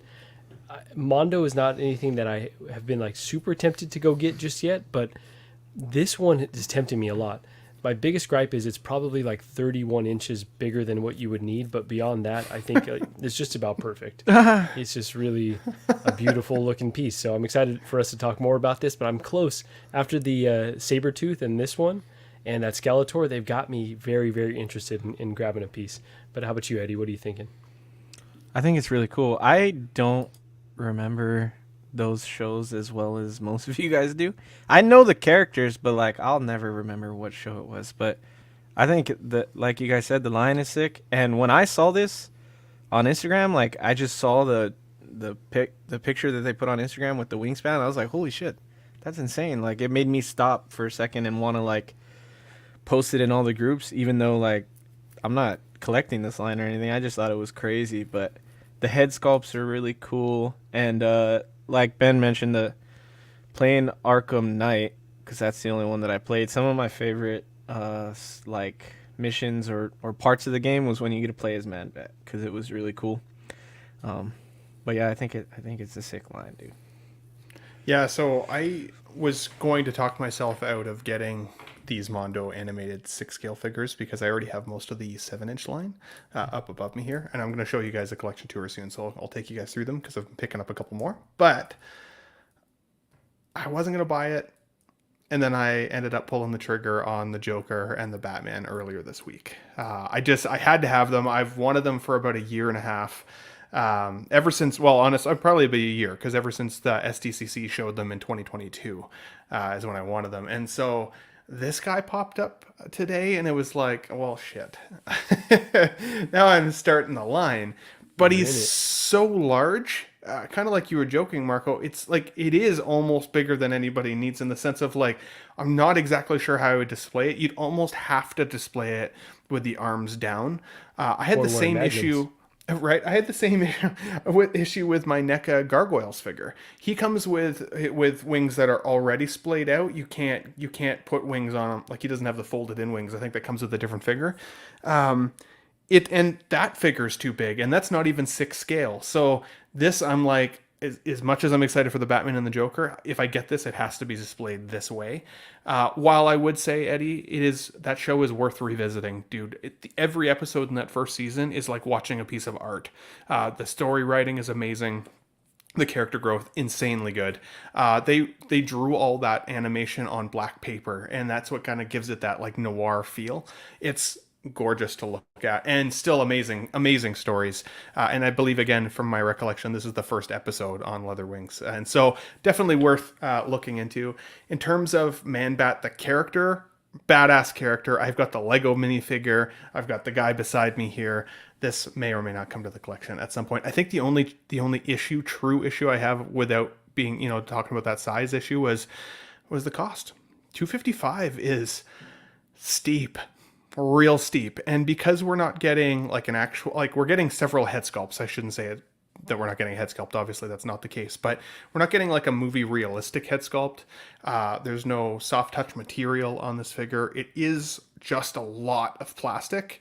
While I understand plastic is still expensive, $255 feels overpriced for this release. And when I convert it to Canadian, I'm looking at well over $300 by the time I get it to me, which is a tough nut. That's a whole hot toy that I have to decide whether or not to get as a result. It's not something I can just slide into the collection. That's a really important point, Ben, because we were roasting Hot Toys for putting out that Spider-Man 2099 with a similar concept, right? At the same exact price point. So they are in Hot Toys territory where it's like, you know what you're expecting from Mondo, and that's probably the difference there. But yeah, it's an interesting double standard for sure. But even interestingly enough, and we'll talk about it here in a couple of minutes, the Prince Adam that they've also shown at this SDCC has soft touch material clothing over top of his body. So why not give Man-Bat actual pants to wear? Why not make him a little on the the furry side? Like, if you're gonna start going, like, why not amp it up just a little bit more? It can still look really animated style, I think, and have better material than just plastic. Completely That agree cell there. shading's hard to translate though to fabric. It And is, then right? to And it's so like I the know it's leather such wings. I don't know. It's I a catch agree. 22. It is a completely catch agree with you, 22. Ben. Let's move on because I don't want us to be here till 2 in the morning. Logan, by Mondo as well. Q1 2024. This one has an edition size of 1500, coming in at 215. I'm liking what I'm seeing, but I think compared to how like shockingly amazing the Man-Bat looked, this one is a bit less cool. They have it here paired with the Sabretooth, the Sabretooth that they've already released. I'll be honest, like when I was a kid, my jam growing up was Spider-Man animated, and if Mondo made Spider-Man animated figures, bro, fuck me, my wallet would just die. Please God, Mondo, make a symbiote, make a regular Peter Parker with a fucking actual portrait. But I don't have the nostalgia, so I don't know if this outfit is like super critical to the show, but this just seems like a little less cool to me than what we've already seen for Wolverine from Mondo. Yeah. So I love the X-Men. Obviously, the animated series is kind of what got me into collecting action figures and just, collecting and watching superhero stuff in general. I think this looks nice, but it got my brain thinking, if anyone knows, how much does this one cost? Or is it around the same as the Man-Bat? Yeah, so this Man-Bat was $255. This one's $40 less. It's $215. Okay, so a little bit reduced, but I'm thinking for just a bit more, you can get that Days of Future Past Wolverine with a genuine leather jacket.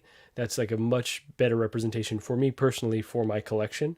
But this does look pretty awesome and really true to the cartoon. So, like I said, I'm tempted, especially as you see the Sabretooth here, but not one that I need in the collection at all. I am much more tempted to get a Logan. I love X-Men animated series, and I love Logan as Logan. Like, I prefer him outside of the costume all the time. Like, that's my, like, one of my top characters is Logan. So I could see myself getting this one. You do make a good point, Marco, about how if you go with the hot toy, you could spend a little more money, but if you need multiple looks of Logan in your collection, like, this is a really cool look. So I am actually tempted. When I saw Zach accidentally flip to this, I was like, that's fucking sick. So I could see myself picking this up at SDCC. Too, right? Yeah, it's cool, dude. And the blue cell shading and all that in the hair, the highlights, that's super cool, man. Yeah, I didn't even notice the highlights right off the bat. That's a good call, or a good catch, Eddie. John Ortiz in the chat says if they need to make a Phantasm from Mask of Phantasm, this is a figure Zach actually helped me source. Zach, I don't know if you want to pull it up real quick for him, but awesome figure. If Mondo makes this, I'm 100% gonna get this figure. It's badass just in 7-inch scale alone. But in terms of Logan, I love the figure. I think the price still feels a little on the high side. The other figure at least came with 5 different head sculpts, was massive in comparison to this figure. So only the $40 difference doesn't actually seem like enough of a difference in my mind's eye. I am happy for collectors of Mondo, though, that love the X-Men line, mostly because so far with Wolverine, we've seen at least 2 versions of Wolverine, if not 3, if I'm not mistaken. And so it's cool to get another version of Logan in your collection if you've already collected that other line. Like, I'm picturing a Sean Usby out there who I know Wolverine or Logan is his favorite character. I think his son is even named Logan as a result. So, like, he's probably, like, stoked for this release, or at least I hope he is. What I would have liked to see is just a little extra add-on that I don't know if it's anywhere canon in the X-Men animated series because I don't remember it. But it would have been cool to have an Old Man Logan sculpt to put on this. Just to swap it out, just to have something a little different. Just like they gave us the Morph head sculpt with one of the last Wolverine releases that we got. Again, the Morph head sculpt is actually canon to the show from an actual episode. I don't think Old Man Logan was, but it would be cool to have a little Old Man Logan head sculpt to swap in and out. Because everything else you wouldn't be able to tell the difference. So, but I think it's cool. Either way, cool release. There you go. And limited, all limited, right? Yeah. Like are Ben these said, are these all going to be available online, or are these only at These are all going to be only online exclusives, they're saying here in the description. Wow. They're online SDCC exclusives. Magneto. I thought I missed it. This one is ready to ship with an edition size of 500. This is 225. Yeah, I How is this different from the other Magnetos that we've seen? was just about to ask that same question. Ben, do you know how this one The differs? accessories. He didn't I come think with. this. I don't think he came with the Sentinel tentacle or the crumbled up piece. He may have come with the other head sculpts, and I'm not sure about those effects, but I don't think he came with those Sentinel pieces. Yeah, so the sculpt is different. The rounded like accessories here, like the magnetizing look, is different. I believe they were blue in the last one. Also, I think it's called the shadow head or shadow realm head. I can't remember. I can't remember exactly what that says, but that's the first time we've seen that particular sculpt, which is really, really cool. And I don't remember the other ones being magnetized, but I could just have missed that detail from the past. I believe they were. Okay. Troy Garcelle says black head, chrome hands, and helmet. Let's just sick. move on because I don't want to. We gotta start moving through this. This is Prince Adam from Masters of the Universe. I have almost no recollection of. I remember I used to watch it as a kid, but Masters of the Universe, I have to go back and revisit it because the way y'all talk about the show, I feel like I'm missing out. It's been a while. The original series, anyways. No Prince comment Adam? for me. Prince Adam, his family think he's kind of like fair weather, just kind of like a coward, doesn't take life too seriously. And then whenever shit goes awry, Prince Adam, kind of secretly goes off and becomes He-Man, I have the power type of feel, right? It's awesome. Wow. He starts as Prince Adam, though. He starts as Prince Adam. I'm giving a point for that. So you need both in your collection if you are a true He-Man collector. I think it's okay. I don't love this look for He-Man. I think if you're going to get a He-Man, most people are going to want actual He-Man, not Prince Adam. But like I said earlier, guys, one of the things that I think is cool about this release is that he's got soft touch material on his body, which is unlike pretty much any other Mondo toy I can at least think of off the top of my head. Well, I guess the recent Skeletor did have a cloth hood that you could swap out, but still, very, very cool. Wow, the chat love the I have the power. Please God, Mondo, give us a fabric suit, fucking animated Spider-Man. Please God. Yeah, for sure. Do you have the dates on when it goes up for? Yeah, for sorry, order? this one.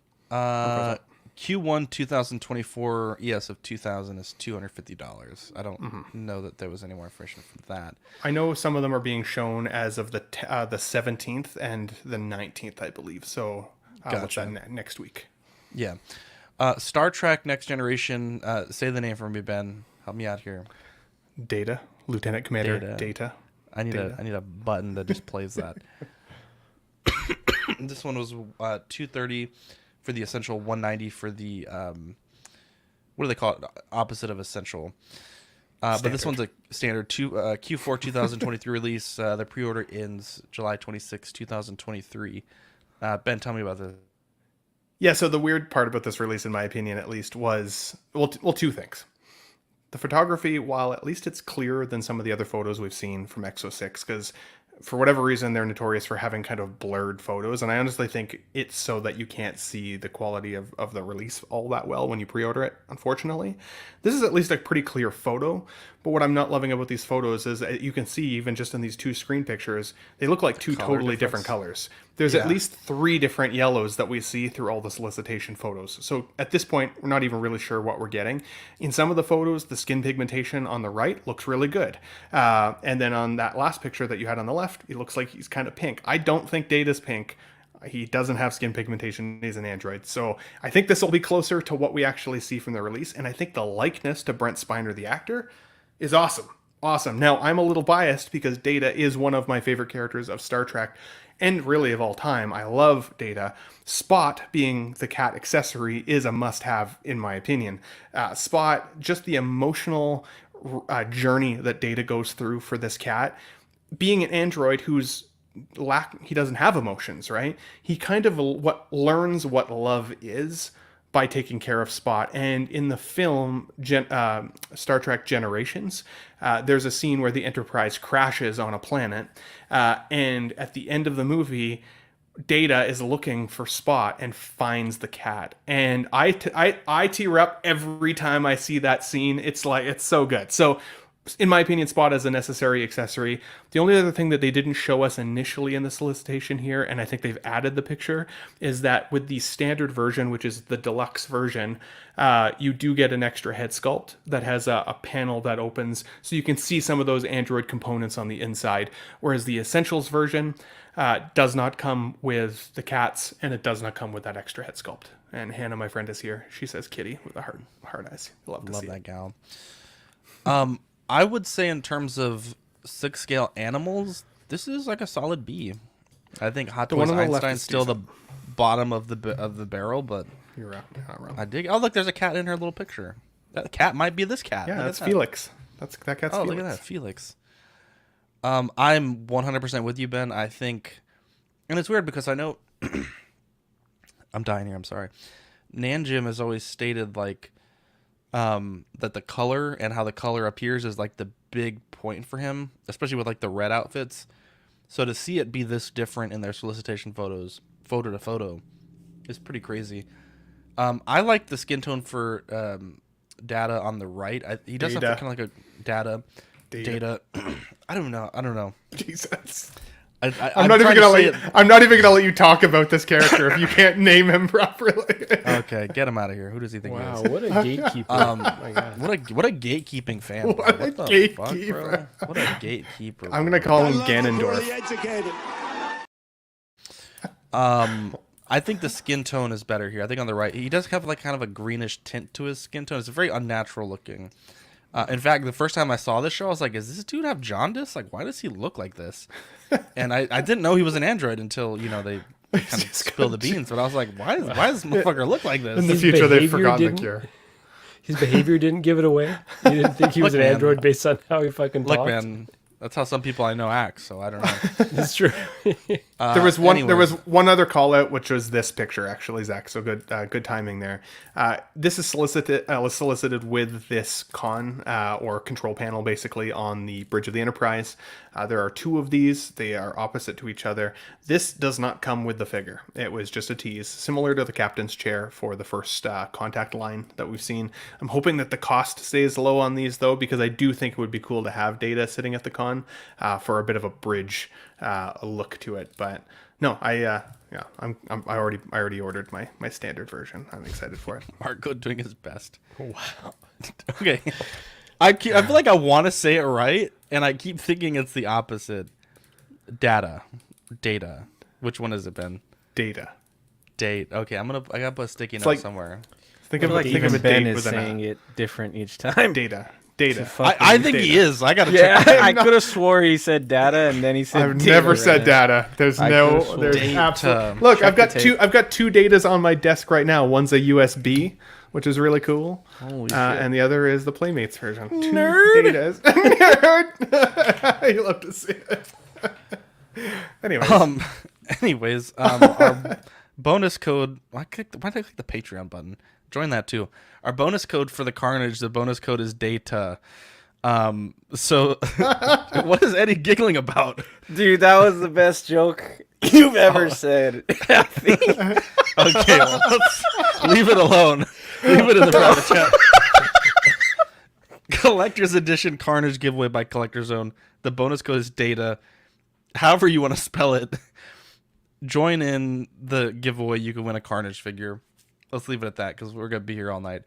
All right, hot seat. SDCC around the corner. What I want you guys to do is get your notepads out on your phone. And Marco, you're going to answer for Eddie and Ben. And then, all of you guys are going to answer for each other. The question is, if you could wave a wand and have a dream panel at SDCC, what do you think that your fellow co-hosts would want their panel to be? And then I want you to answer as well when it's your turn what your ideal panel would be, and we'll see if your co-hosts are correct. I'm doing Ben, right? You're doing Ben and Eddie. I mean, if you want to, at Oxcon. Holy shit. There is no consent. I don't know if I can handle that. Yeah, that's a lot of. Okay, that's a whole lot of Pog. Right. Anyways, so and this could be. And this isn't figure relate like in anything, right? No, like, you know, at SDCC they have panels, and they don't even have to be alive. You just wave a wand and, you know, whatever panel. I'll give you guys, we'll play our little hot seat music here, and just go and just write some things out. So you'll write your co-host. Does it have Eddie? to be? It can be anybody. It doesn't have to be like movie. It doesn't even have to be a game. person. It could be like, oh, the cast of the original trilogy, or like. Oh, I okay, think and you I'm might doing be it for Marco overthinking and it. Ben and you. Correct. No, don't worry about me. Who am It's I doing obviously it for? Lord of the Rings. Jesus Christ, you're doing it for Eddie and Marco. Oh, sorry. And then also be prepared to give your answer as well, obviously. Okay. We'll play that one more time because I think we were bogged up in the questions. Joker J says not confusing at all.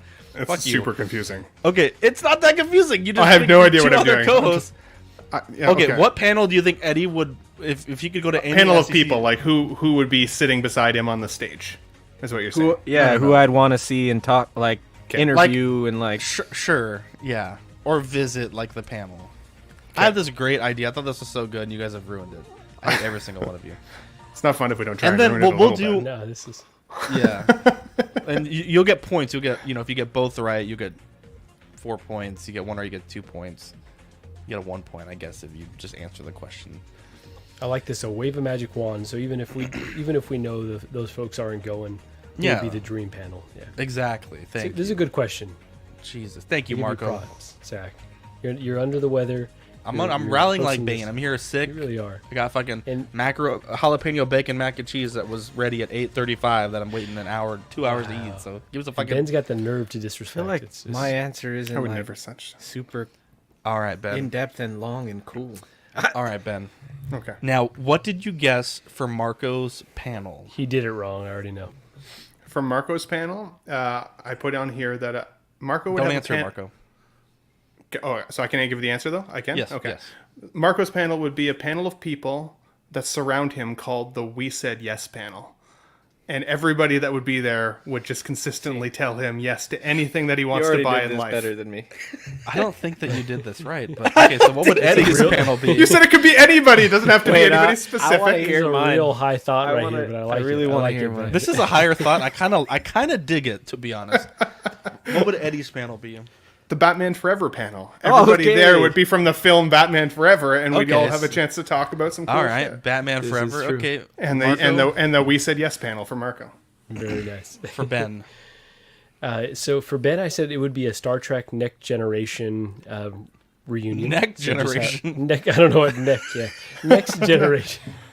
Oh, Jesus. Next Generation reunion. So you have the Okay. OG cast there, and everyone gets together, and you get to ask them questions. So that'd be for Ben, and for Eddie, I said Deadpool.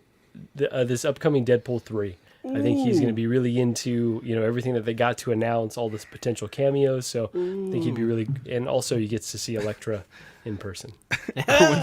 Did Chat GPT make this question again? How dare you? Joker Jam holding out hope that it gets better. Bro, I was at the gym and I was like, this is the greatest thing I've ever thought of. I was so excited. He was to just get on dehydrated. He was dehydrated. Don't worry fever about it. dream, actually. I wasn't even at the gym. Eddie, what do you think for Ben and for Mark? So for Ben, I too put Star Trek. I don't know which version of Star Trek Ben prefers. I was gonna put That's general Data. enough for me. Whatever. Yeah, dies I was for just him. gonna put. He wants a panel of different versions of Data, The But, Next Generation, obviously. and I was gonna put also the Dark Knight trilogy for Ben, like Christian Bale, Heath Ledger, Christopher Nolan. That's who did the Yeah. Dark Knight, right? Okay. And then for Marco, I just put NBA legends like Michael Jordan, Wilt Chamberlain, Larry Bird, like all those guys. I don't know a ton of NBA legends, but I know Marco would love a panel of those guys. Well There you done. go. Yeah, I like it. So, Eddie, what would your panel be? My either answer would have been great. Batman Forever or X-Men / Logan or Hugh Jackman, Deadpool, Ryan Reynolds. Those were great answers. I don't think I would have chose anything different. So Let's get some points on the board here. Ben, what would your panel be? You're on mute. You hate to see it. Just rookie move. The two that I wrote down were the TNG panel the next generation panel. Very well done, especially for after my passion over my data. Let's be honest. Easy. And the Dark Knight panel, I would have also said that. Oh! So Christopher Nolan, well played, boys. Well played. You guys know me now. Very nice. Yes. Eddie Well with played. 4 points on the board. You'll love to see it. Marco, what would your panel be?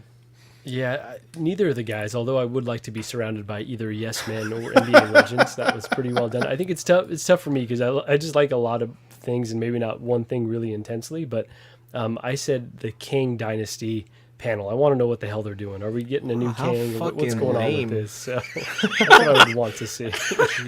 I'm very curious where this is going. I liked it. Where is this going? I got to know. Me too. Fair. That was. I would never have guessed that though. I would never have guessed I thought that sports. I thought sports was a good call. Like some NBA superstars, or like, yeah, there was a few that I thought maybe. But I'm so out of my the answer loop was for on. Gigi. I figured she'd I'm like so it. out of the loop on this stuff. When you said Kang Dynasty, I was like, oh wow, we're doing history. Okay. Oh my god. Is that after the Ming Dynasty or the Ming Dynasty? Holy cow. Let's see. Ordering. How do we order figures these days? Because we've talked about it. The game has changed, right? You can't sit, you can't wait. You have to make decisions relatively quickly. I'm wondering, how do you guys order figures these days? For me, I do not pre-order, with very few exceptions. I think that most of the companies that we order from, Hot Toys, they have a pretty high bar of quality from proto to release, but even then, there's like odd duds. The Athena from last week, I didn't think looked particularly good. There's odd like W's, right? The Fennec. And I think now that we're transitioning into that era where you have to pre-order, it's been a bit difficult for me because a lot of things that I end up saying like, wow, I would buy that now, it's on waitlist or sold out. For me, I think I've been relying a lot on the BST groups. One, I think I can get a little bit of a better deal. And then two, I feel like I've just been traumatized like the past like 4 or 5 figures that I've bought, not necessarily with Hot Toys, but you get a figure, you open it, and it's, there's something wrong with it. I think buying used, someone's inspected it, you can ask for all the photos that you need, you're not necessarily getting a blind box figure. I think that's been really the way that I've been doing it. And, I'm not saying that you'll always get a deal going to the groups, and you certainly are at risk of being ripped off and you don't have that warranty. But I've had good luck. I think the last 2 figures that I picked up that I really scored good deals on were the Bad Batch Hunter and Echo. I think I got those for like $80 off each. And they were minty. But I think, if I tried to buy those same figures today, right, they're waitlisted, they're sold out. And with Crosshair coming out, it would be quite difficult. So the exceptions that I mentioned, obviously I'm a big Gandalf fan, so I bought the Gandalf the White and the in-art immediately. I full paid the Gandalf the White, and I pre-ordered and have now full paid the Gandalf. I just, this is my favorite character. I enjoy making content with that character. So for me, that would be the only exception to this rule now. Even with the other Lord of the Rings figures from InArt, I didn't pre-order because I really need to see the quality. And, if I don't have an Aragorn in my collection, that's fine with me, but I'm also not trying to spend like that huge amount on every, the 9 fellowship, right? That's going to add up quite a bit. So that's how I order. I'm sure Marco will go into it, but you can find a lot of great shops that, like he calls them honey holes, where, they might have inventory far longer than these big retailers. So Marco, go ahead and tell us how you order your figures. Yeah, so you're spot on that we're in a really scary time right now where they've pushed us to have FOMO, right? Both Hot Toys and Sideshow, probably mostly Sideshow. That, stock's not going to be around on their site because, for so long we had it so good where if you wanted to figure it could sit around, it's probably going to go on discount. You could think about it for quite a long time. Now I've kind of had to categorize things and be a bit more emotional, like when a pre-order drops, I have my, specific set of domestic retailers where I know that I can get a really good deal, normally pretty low shipping, normally, pretty low sales tax, if not any. So I can lock in normally a pretty low NRD. So I'll know that they've got a really small allocation. And if it's a figure that I'm absolutely going to get and I will have heartburn if I miss out on, I'll put my pre-order in. And, I love saving money. I'm the bargain bin bro, OG here.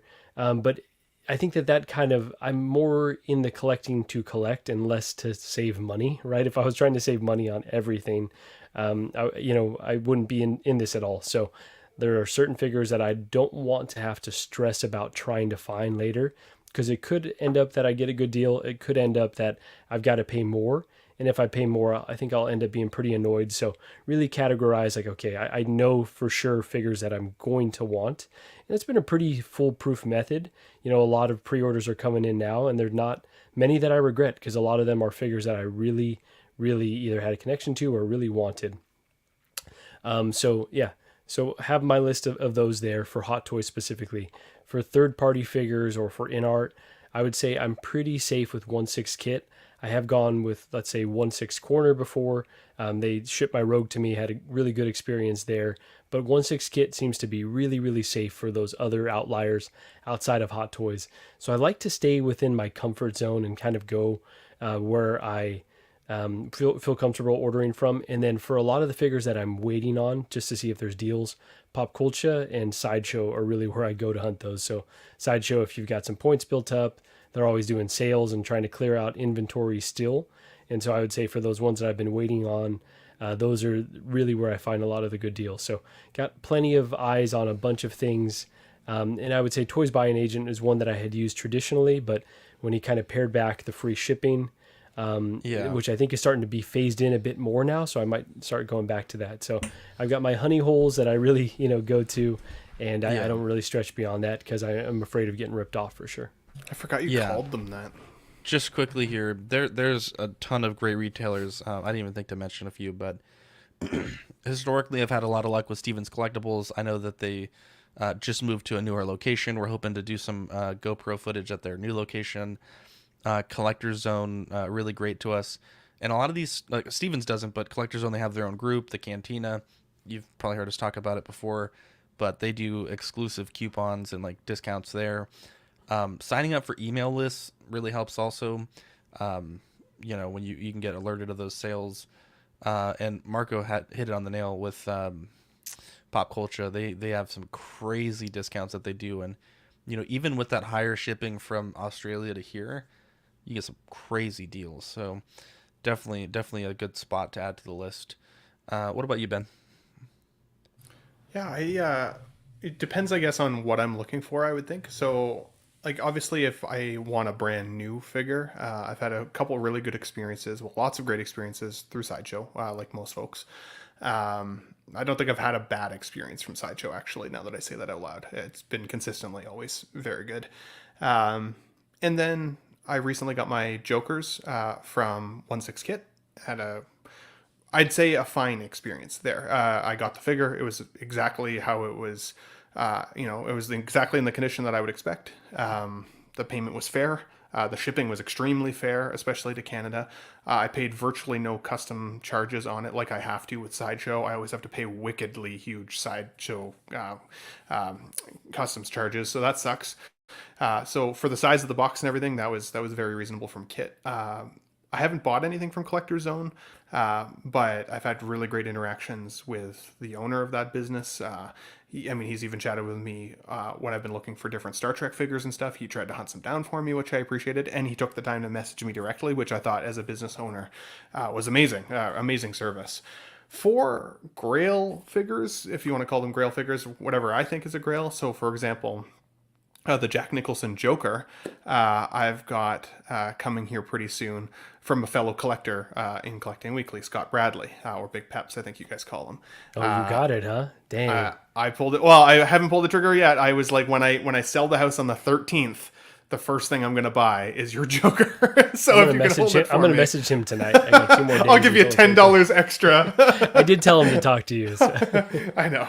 That was awesome. I appreciate that hookup. So from buying from what I consider a friend or fellow collector, I think is a huge win. Why not help each other move things around if it jives better with the other collector? And then Facebook Marketplace for other Grail style figures that are just gone, or things that are expensive on the secondary. I've noticed Facebook Marketplace has become like filled with figures lately because I think the market's been difficult. The economy's difficult for a lot of people, so you never know what you're going to find on there. Sometimes I have to force myself to actually not look, because almost every time I go to Facebook Marketplace for the local area, there's something on there that's like, ooh, that's pretty cool. That's pretty cool. So that's how I ended up with my recent Neo figure. Like, I just randomly went on there, and then boom, there's Neo in the collection. I love it. Perfect And I will evolution say of that- beard growth. Wow, you hate to see it. And to Jordan Skinner's point on the PayPal Pay in 4, yeah, I do actually favor folks, and it seems like pretty much everyone but Sideshow, even BBTS will do, wow, Calvin. So even BBTS will do the PayPal, and you could do the Pay in 4, which is every 2 weeks you'll pay a fourth of the overall payment. And I find that a really good useful tool if I'm not really ready to absorb, especially with, Hot Toys, you can't predict when it's going to come. So they could keep you off your toes, and you get 3 invoices at one time. And if you could spread it out a little bit more, it's a dangerous tool because it could get you into trouble, but I found it very effective. Mm-hmm. Yeah, just to touch base quickly on this comment from Calvin. Steven acts like they can't return messages. I've lost on several sales for me. I've heard this a few times. I think the one thing you have to realize about some of these stores is, and this isn't an excuse by any means, but like Steven and his wife run the store. There's some stores that have several employees, some stores that have like a big team. And I've mentioned it to them a few times in the past that I've gotten similar feedback. The best thing that I would say is if you need to reach Steven for a pre-order, if you have any questions, it's always best to call him. It's a little bit easier for them to get a hold of you, or for you to get a hold of them through the phone. I know that's not super convenient for everyone, but yeah, all these places have their little things, and obviously there's all kinds of stores with all kinds of reputations, but Steven is a good guy. He's just with the store and everything else, he just does get a bit overwhelmed by it. So I love that guy. So yeah, I would say I love Steven too. Him and his wife, they're both really cool. I met them, and I would say the issues that I've had, I did have issues getting a hold of them. They have 2 different Facebook accounts you can message, and both of them say Stevens. So sometimes if I message one, I get more responses than I do the other, but I don't know what the difference is between the 2. But I know that that's happened to me before. And I also think just over the years, as you guys have grown, you guys recommend Stevens all the time. So I'm sure they're just getting an influx of online and Facebook orders. So I wouldn't count them out. So do what you can to reach them, because they're really research good people. all the options. I will say they are terrific. Oh, go ahead, Zach. Yeah, sorry. I want to say, I don't know 100% sure, but I think they just had their second kid also. So they've moved the shop. They got the new kid. I think they did hire one person that kind of is like super part time, but give them. I'm not saying that they're perfect, but I do like them a lot for when I need to find something that is typically sold out elsewhere. Either they're able to get with their rep to try to snag like one more quantity, or they may even have it in the shop in their back room. So just throwing it out there. But yeah, Kelvin says his last message was left on scene. So your mileage may vary with these stores that we recommend. Even for and I will say I'm very go ahead, Ben. Go ahead. Oh, no worries. I was going to say just quickly, even for my one recommendation on 1/6 kit, one thing that I had to caution my friend on recently, who's a brand new collector, so if any new collectors are watching here or in the replay, 1/6 kit's website does look a little sketchy. It looks a little low grade. I feel like they really do need to update it. They need to update the payment portal as well. Again, I'm happy I've had good experiences, and I now know guys even like Joao Breda or Big Breda's YouTube channel. He knows Kit, I think, personally, so that's really helped my confidence, and I had a good buying experience. But the site looks a little sketchy, and my communication with Kit was very short and blunt and to the point, and I think that's probably a bit of either a language barrier, or he was just getting influx so many of the same questions that he was just like, "Here's your answer." That is it. That's how he is. But he didn't totally. I felt like he didn't totally understand the question that I'd asked in the email, though, because basically what I had asked was, "Can I pay for my Joker figure now, and then just whenever it comes, it comes? I don't care. I'm not asking for it sooner. I just want to pay for it." And he was like, "No, you'll get the invoice when the figure's in stock. Which again, that could have been maybe he doesn't want to take money until he's got it physically in stock. Fair enough. But I think it was you, Marco, that said you had ended up paying it ahead of time. So that's why I asked, and I was shut down. It was like, absolutely not. Oh, okay. So I don't know if he just didn't understand the question, or he was no longer doing that as a service, maybe. So. Yeah, he's just very direct with his communication. He probably read, because he normally responds very quickly, so he probably just read it and just like, no guy 1 billion that's asked me to do this. But yeah, I was very off put by that when I had initial communication with him a few times. But after, hearing folks in the community, say how much of a stand-up person he is and having some good experiences with him thus far, he will continue to get my business, even though his communication style is very different from how I would like to be communicated to. I think it is cultural. And I will just say on Steven's, the last thing I want to dot on there is that after meeting them at OxCon, they're terrific people. So they definitely have, a few passes in my book, even if, communication had been spotty as of late. They are like a shop that I really want to support because they are just really, really nice people. So. Mm-hmm. For sure. The one thing I think that is kind of a weird takeaway from what we've all just been talking about is how important even the website can be for some of these retailers for both communication portal and customer service, but also presentation. Because again, like I was saying with kits, it feels a little like almost sketchy when it's not a sketchy service at all.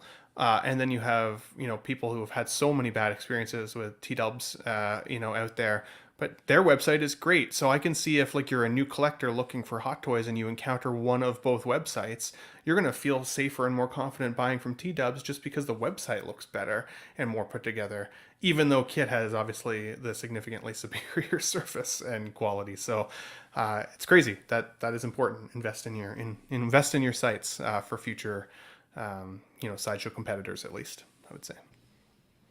There you go. Eddie, did you give any of these recommendations to how you order?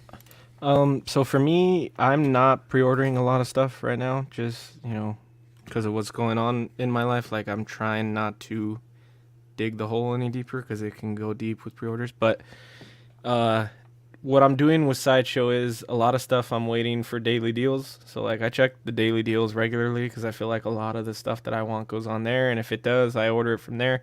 I'll always love Sideshow for ordering because of the easy options. You don't really have to email for a lot of stuff. You can choose payments, you can choose cancel a payment, you can postpone a payment, or you can cancel the order in general.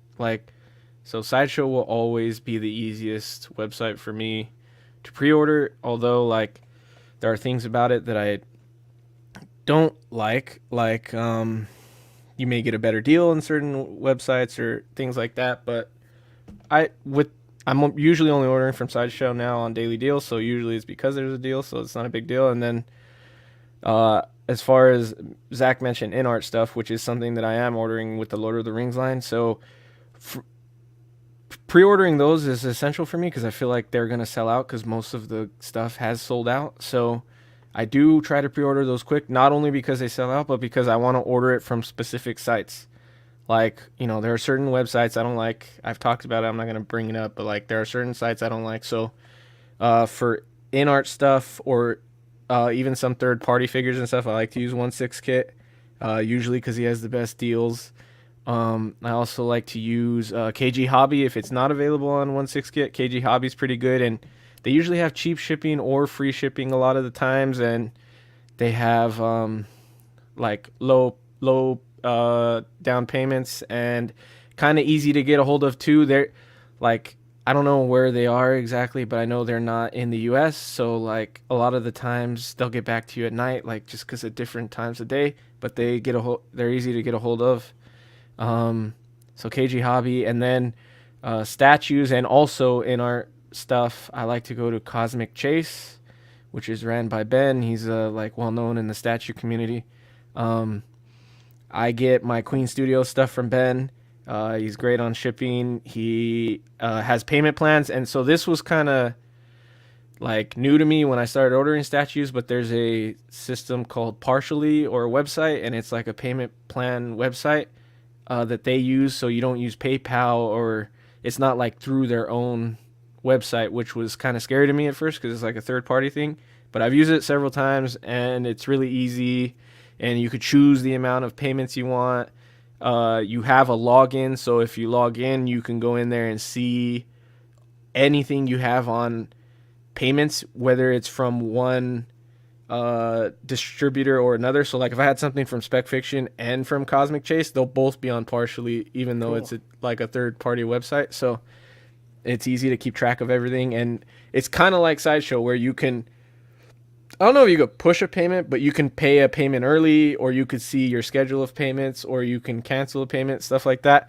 They'll let you push it by like 5 days, I think. So it's not like Sideshow where you could push a whole month. You could push the payment like 5 or so days. So I do that for statues. And then someone, Jordan mentioned the Pay in 4. Pay in 4 is awesome. It's like really cool. If it's a big piece like a statue, you can, or like the in-art Joker, you could throw it on Pay in 4 if you're not ready for it right then. However, though, like lately I am trying to not use Pay in 4 because it's like Marco said, you could dig yourself in a hole, and like it's just too easy to like, oh, let me throw it on Pay in 4, let me throw it on Pay in 4, and like that's gotten me in trouble in the past. So like I'm trying to stay away from stuff like that. But we learn the hard way often, right? Even right now, I've got the most pre-orders I've ever personally had in one go, and I'm up to 12. And I'm like, that's a lot of pre-orders now. Like I need to finish paying those off. And most of them are somewhere in the halfway zone paid off, but it's still like, yeah, I gotta slow that down afterwards because I'm filling up my slots even really quickly. I gotta make sure it's all representative of myself. So I've heard. To Chris Tron's question about did you pick up the TMNT Movie 3 San Diego Comic-Con 4-pack exclusive? So, you know, I've kind of talked extensively about my really bad experience with ordering directly from NECA. So that's definitely nothing that I ever plan to do again. I think there was a really cool Secret of the Use. I'm forgetting the character's name, but he's got the really cool bike. He's the pizza delivery guy. Danny, right? There you go. So the Danny, like that would have been one that I would have been very interested in. Comes with great, you know, pizza box packaging. But because they, you know, don't have a policy about protecting your packaging if something goes wrong, I feel fatigued like having to battle them again. I just never would. So if it's something that popped up at Target, I'd be interested, but never anything directly from NECA again that I'm planning on. Danny was the kid that goes and joins the Foot Clan. That's right. The red-haired kid. So it wasn't Danny. It was I want to say it was Kano, but I can't remember. It might be. Yes. K-N-O, I think, yeah. Our movie of the week is Howl's Moving Castle. Sophie has an uneventful life at her late father's hat shop, but all that changes when she befriends wizard Howl, played by Christian Bale, who lives in a magical flying castle. However, the evil witch of the waste takes issue with their budding relationship and casts a spell on young Sophie, which ages her prematurely. Now Howl must use all his magical talents to battle the jealous hag and return Sophie to her former youth and beauty. I love this movie. It at the surface level, it's a very basic story, but when you really think about it, it gets real deep with like the war that they're having and all these different identities that Howl has, the relationship between him and Calcifer, who has his heart.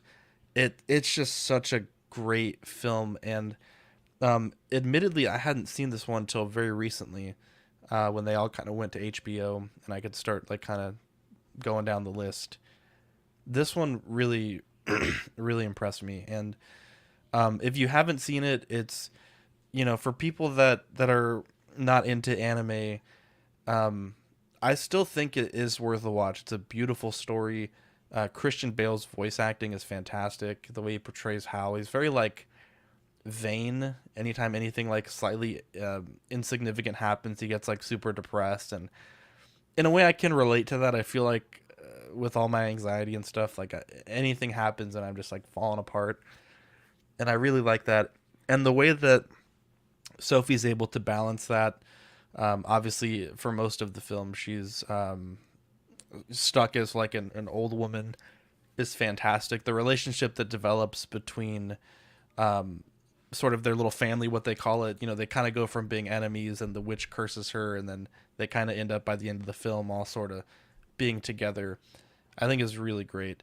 Markle is such a fantastic character. Just this movie, no pun intended, just gives such a warm feeling, and I love it. I think Marco said he didn't like it, but it's just such a good movie. Like it's classic Studio Ghibli. Like, you know, it's just one of the best for me. I think it actually may be pretty close to my top favorite Studio Ghibli film. What do you think, Marco? Yeah, so I'm not a huge animation person in general, and especially not the Studio Ghibli. Like I'm a bit unfamiliar, so definitely a blind spot of mine. I think just how odd, the world building is. I had a hard time getting into it. And I understand that that's just like culturally, like that's the design choice. Ni no Kuni is a game that I've wanted to play for a while. And I'm kind of having concerns now that I might not be able to get into it because it seemed What's the like game very called? inspired. Ni no Kuni, I believe, is the name of the game. Someone in the chat maybe could correct me, but it's like definitely inspired by this. Yeah. Right. So, so that's a game that's apparently incredible. And so this, the film, just the characters were odd. Like the fact that she got turned into an old lady and was like kind of cool with it right away. I was like, I'm having a hard time getting into this. I did like Christian Bale's voice acting for sure, but overall it left me a bit cold. But it was an interesting choice. I like kind of expanding outside of my comfort zone. And I will just say, complete aside here, but I'm not an anime person at all, but I just watched the Cyberpunk anime that's on Netflix because I've been playing that game. That was incredible. So I highly recommend. So I won't just say like I can't get into any animation at all because that one captivated me. I watched the entire series, and so that was a bit more up my alley than this was. It felt just a bit more maybe for kids, even though there was some really dark, insane stuff in it. So again, it just wasn't my cup of tea, but I could appreciate the craft and how it was really well made at the very least. Sure. Eddie, what do you think about this? Zach didn't like all that take. Well, no, I mean, if he doesn't like, well, I mean, I'm not gonna argue with him and try to force him to like the movie. Like if he didn't like it, I mean, you could try to argue him. That could be entertaining. I'd change his mind. I mean, yeah. Sorry, Eddie. Go ahead. Very good. So for me, when I started watching this, I thought I wasn't gonna get into it, but I did get into it, and I feel like the issue that I have with it is like the story goes all over the place towards the end. Like I feel like I'm in it, and then all of a sudden the story was about something completely different. And I had that same issue with Princess Mononoke or whatever when we watched it, like however long ago we watched it. Like I remember I was into it the first half, and then the story got like, it feels like it takes a turn, and I'm like, where's this going now? Like I feel like I feel myself like guessing where it's gonna go or like being into it that way, and then it like completely changes, and I'm like, this is weird. I feel like other that's than a that, hallmark of like these kinds of films for sure. Probably because when I heard that, I asked you backstage if they were the same creator, and you said yeah, and I was like, that explains a lot because I did like it a lot. Like I found myself like into it in the first half, and then when I heard Billy Crystal's voice, because I watched the English version, I was like in love with Calcifer. I watched the English like, as well. His voice is fucking incredible. I know, dude. Really good. Really good. Yeah, that was by far my favorite character, even though Sophie is a really good character. Like, I really liked Sophie a lot. And then Howl, the only thing that resonated with me with Howl is like when he gets super depressed in the middle and he starts like turning to ooze or whatever, he starts like talking really deep, and I was like, he sounds like Batman. I was like, what the fuck? He sounds like Christian Bale Batman. And then at the end, it's Christian Bale. I was like, oh shit, that explains a lot. Because I was like, he sounds just like Batman. But yeah, it was cool until it took a turn. Because I lost myself. Like, because in the beginning, the lady, the witch of the Waste. Yeah, Witch of the Waste turns her into an old lady because it seems that she has something to do with Howl. And yeah. But then, like, in the end, the Witch of the Waste, it doesn't really explain, like, what it was she wanted from Howl. I guess she wanted his heart, but it didn't, like, I wanted them to explain why she wanted his heart. I guess she just fell in love with him and wanted his heart. But, like, I don't know. That I felt like there was parts of the story I didn't get closure for, and that was annoying to me. But you end up liking the Witch of the Waste in the end. Like, I did like parts of it. I wish the story was more cohesive for me, or maybe I just lost it, but it wasn't bad. I kind of go into these like going like, God, why does Zach pick this shit? And then I watch it and I'm like, I actually do like it. I don't like the storytelling, I guess. Yeah, so Google says the witch is jealous because Howl has a reputation for being a lady killer. She knows that he doesn't love her back, but she wants his heart anyways. Her need is gluttonous, but not in a literal sense. Her desire is a destructive, ravenous force. Ben, I guess you want to I say tried. whatever you had. Yeah, whatever you had. I tried. I did not see this movie. I tried. I messaged these boys last night. I was like, I'm trying to find the movie in Canada. Can't find it anywhere. It's not on my HBO like it was for Zach. Wasn't on Disney Plus. Marco recommended the Pirate Bay, so I'm like, okay, I haven't done that, and I don't subscribe to that normally. I tried to find it there, and I ended up downloading something that was absolutely not this movie. I don't think it was, sexual in nature necessarily. The castle but was moving, but it was different. It wasn't this movie. So I tried. I apologize. I did not get a chance to see it, which I'm bummed about because Christian Bale, I do like Christian Bale, and I would have been interested to hear what an animated voice of his sounds like, or if I'd be able to kind of like Eddie pick it out as, at least at some points, as, oh, that sounds like Batman. So I'm disappointed I didn't get a chance to see this one, guys, but I apologize. Hate to see it.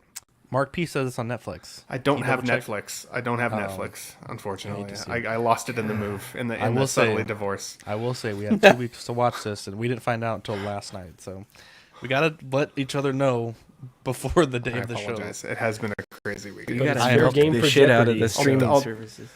I know you do. It's hard. It's hard. I hate how hard it is to find certain films and stuff nowadays, and how different it is. Because I was thinking, like, next my movie of the week, I have to try and find one that you guys can all watch as well, right? So that's hard.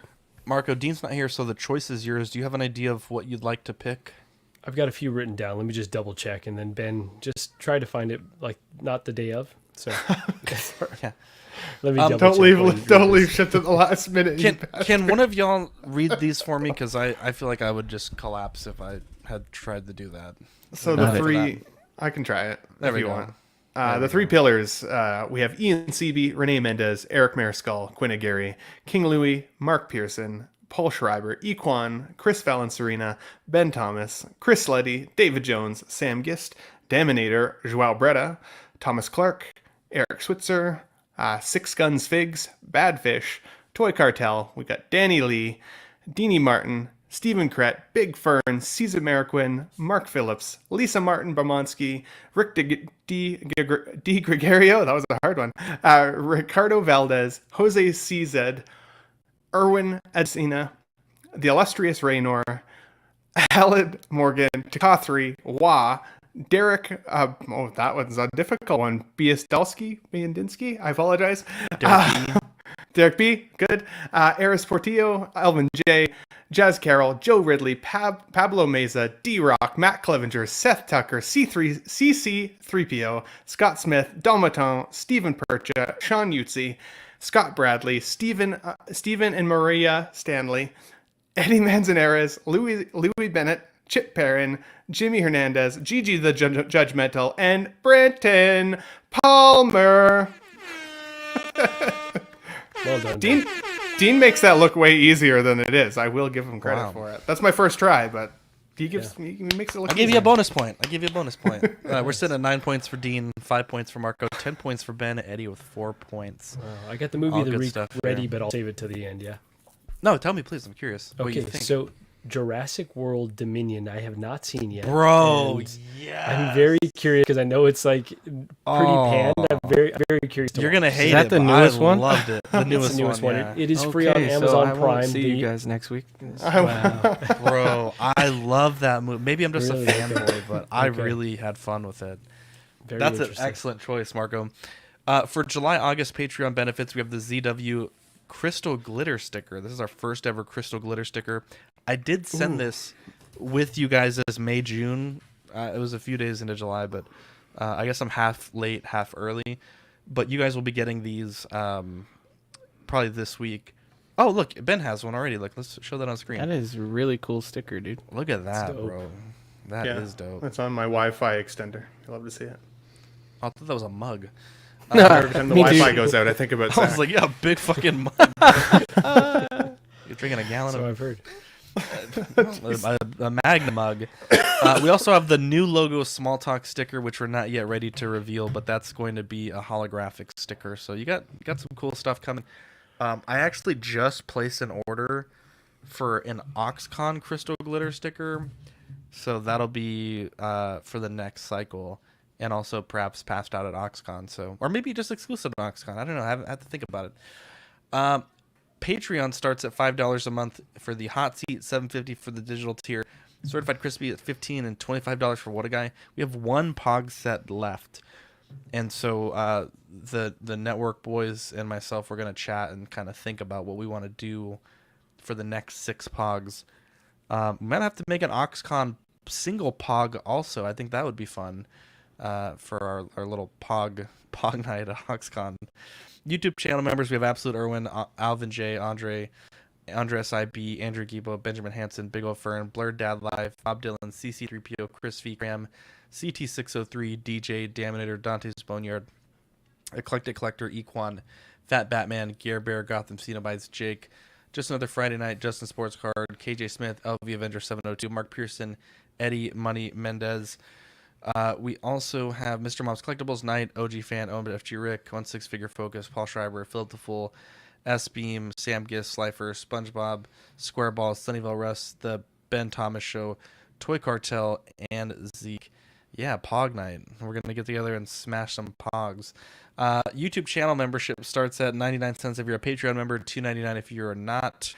TeePublic, these are actually on sale this week, so if you want to pick up some swag, some workout gear, and have been hitting the gym with a lot of our Patreonies, now is a good time. Taking a look at the network, we have we have a collecting. I'm trying to read what you put in the private chat, Marco. Collecting Week Live unboxing on Monday. Question of the week Sundays. The reissue. I don't know. I feel like with Ben doing Sunday, it's kind of hard to do the reissue. I'm almost thinking we got to can that because I feel like I don't want to step on the nuts. But we'll talk about it. We'll reinvent. We'll reissue the reissue. Mm-hmm. Or we can just have a segment of that show called the reissue. We can join. Like we can blend the show again a little into the nuts. Yeah, the nut would incorporate the reissue. My specialized panel just emerges as the reissue crew. OFAC podcast, Weekly Live. OFAC, the boys are live on Thursday. Shout out to Pete. I think he just got married last week. So congratulations, very happy for him. Yeah, it's real cool. Congrats. Small talk. Again, this is gonna be a new logo soon. Complete rebrand to celebrate 100 episodes. After Dark, Live and Let Dice, Bricks and Brews, and Ox Speedy. I've also been playing Jurassic World Evolution 2. Shout out to Marco and Tukatri and Badfish for getting me into that game. The next stream may not be for a little bit. I was hacking up a lung on the last stream. It was like 3.5 hours, and I was coughing the whole time. And that was the first night I kind of started feeling sick. Hot. So maybe a bit until I get back to Jurassic Park Canada. But yeah. Do we have anything that you guys got going on your channels you want to plug? I just want to shout out Dean the Dream. Hope you're all right, my friend, and hope to stream with you again very soon.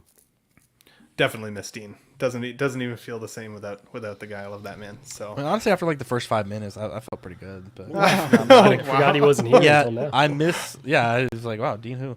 No, in all seriousness, Dean has been by my side since episode 4. He's missed occasional, very rare, but it's been a week. Not like it's been a week, but it's been difficult not having him to lean on when I need to. So if you're watching, I hope you get better, Dean. Again, when he comes back on, he'll be able to give a little bit more details, but I don't feel comfortable really sharing kind of what PP he's reduction going through. Surgery is pretty wild. You know? It's too big. It's too big. I mean, from 3 inches, 2 inches. I mean, come on. What about you, Eddie or Ben? Do you guys have anything you guys want to plug? I mean, for sure. I wanted to thank everybody that came on Let's Get Nuts on Sunday. I was away for a week while I was moving, so if you guys missed the show, check out this last Sunday that just passed here for Let's Get Nuts on the Ben Thomas Show. Great time. Eddie was on the show that day as well. I forgot to say congratulations to Pete because he just got married the week before, so now I feel like an ass because he comes every week to the show, which is awesome. But we always have different panelists. The Sunday show has been really great, so if you missed it, check that out on replay, and thanks to everybody that popped over for that one. It was fun. Hell yeah. Anyone else have anything they want to plug for their channels? No, nothing. I'm currently in aggressive negotiations with this lady in San Antonio for her Pog collection. I don't think she likes my offer of half for asking price, but wow.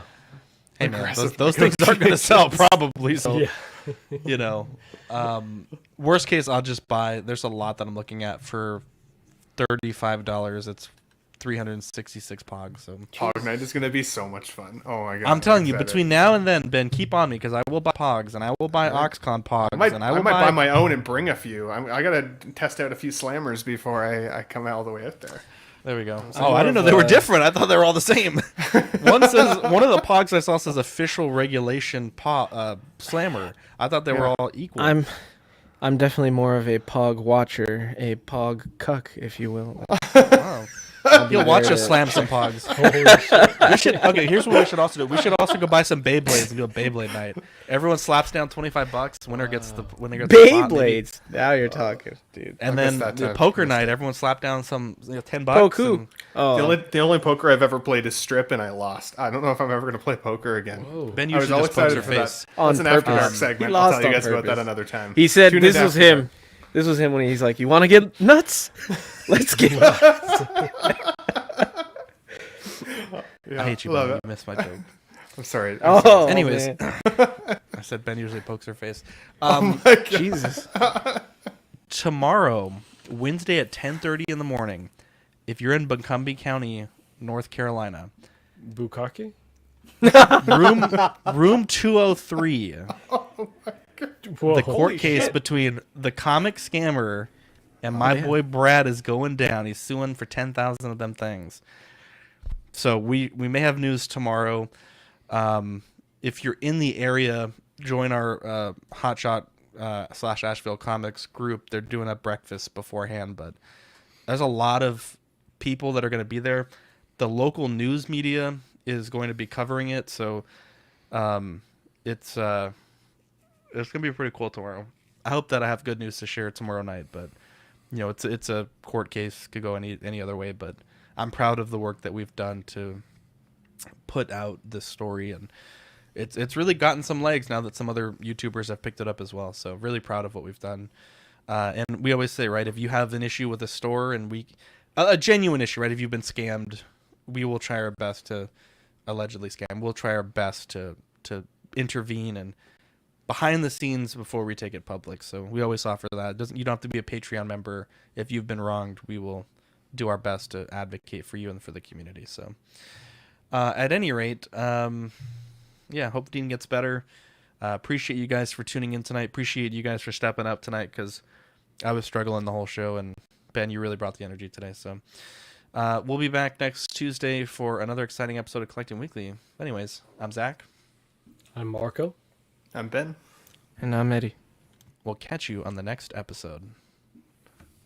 Bye. So I'm gonna do a bye. There we go. Wow, Ben. Minus point for that.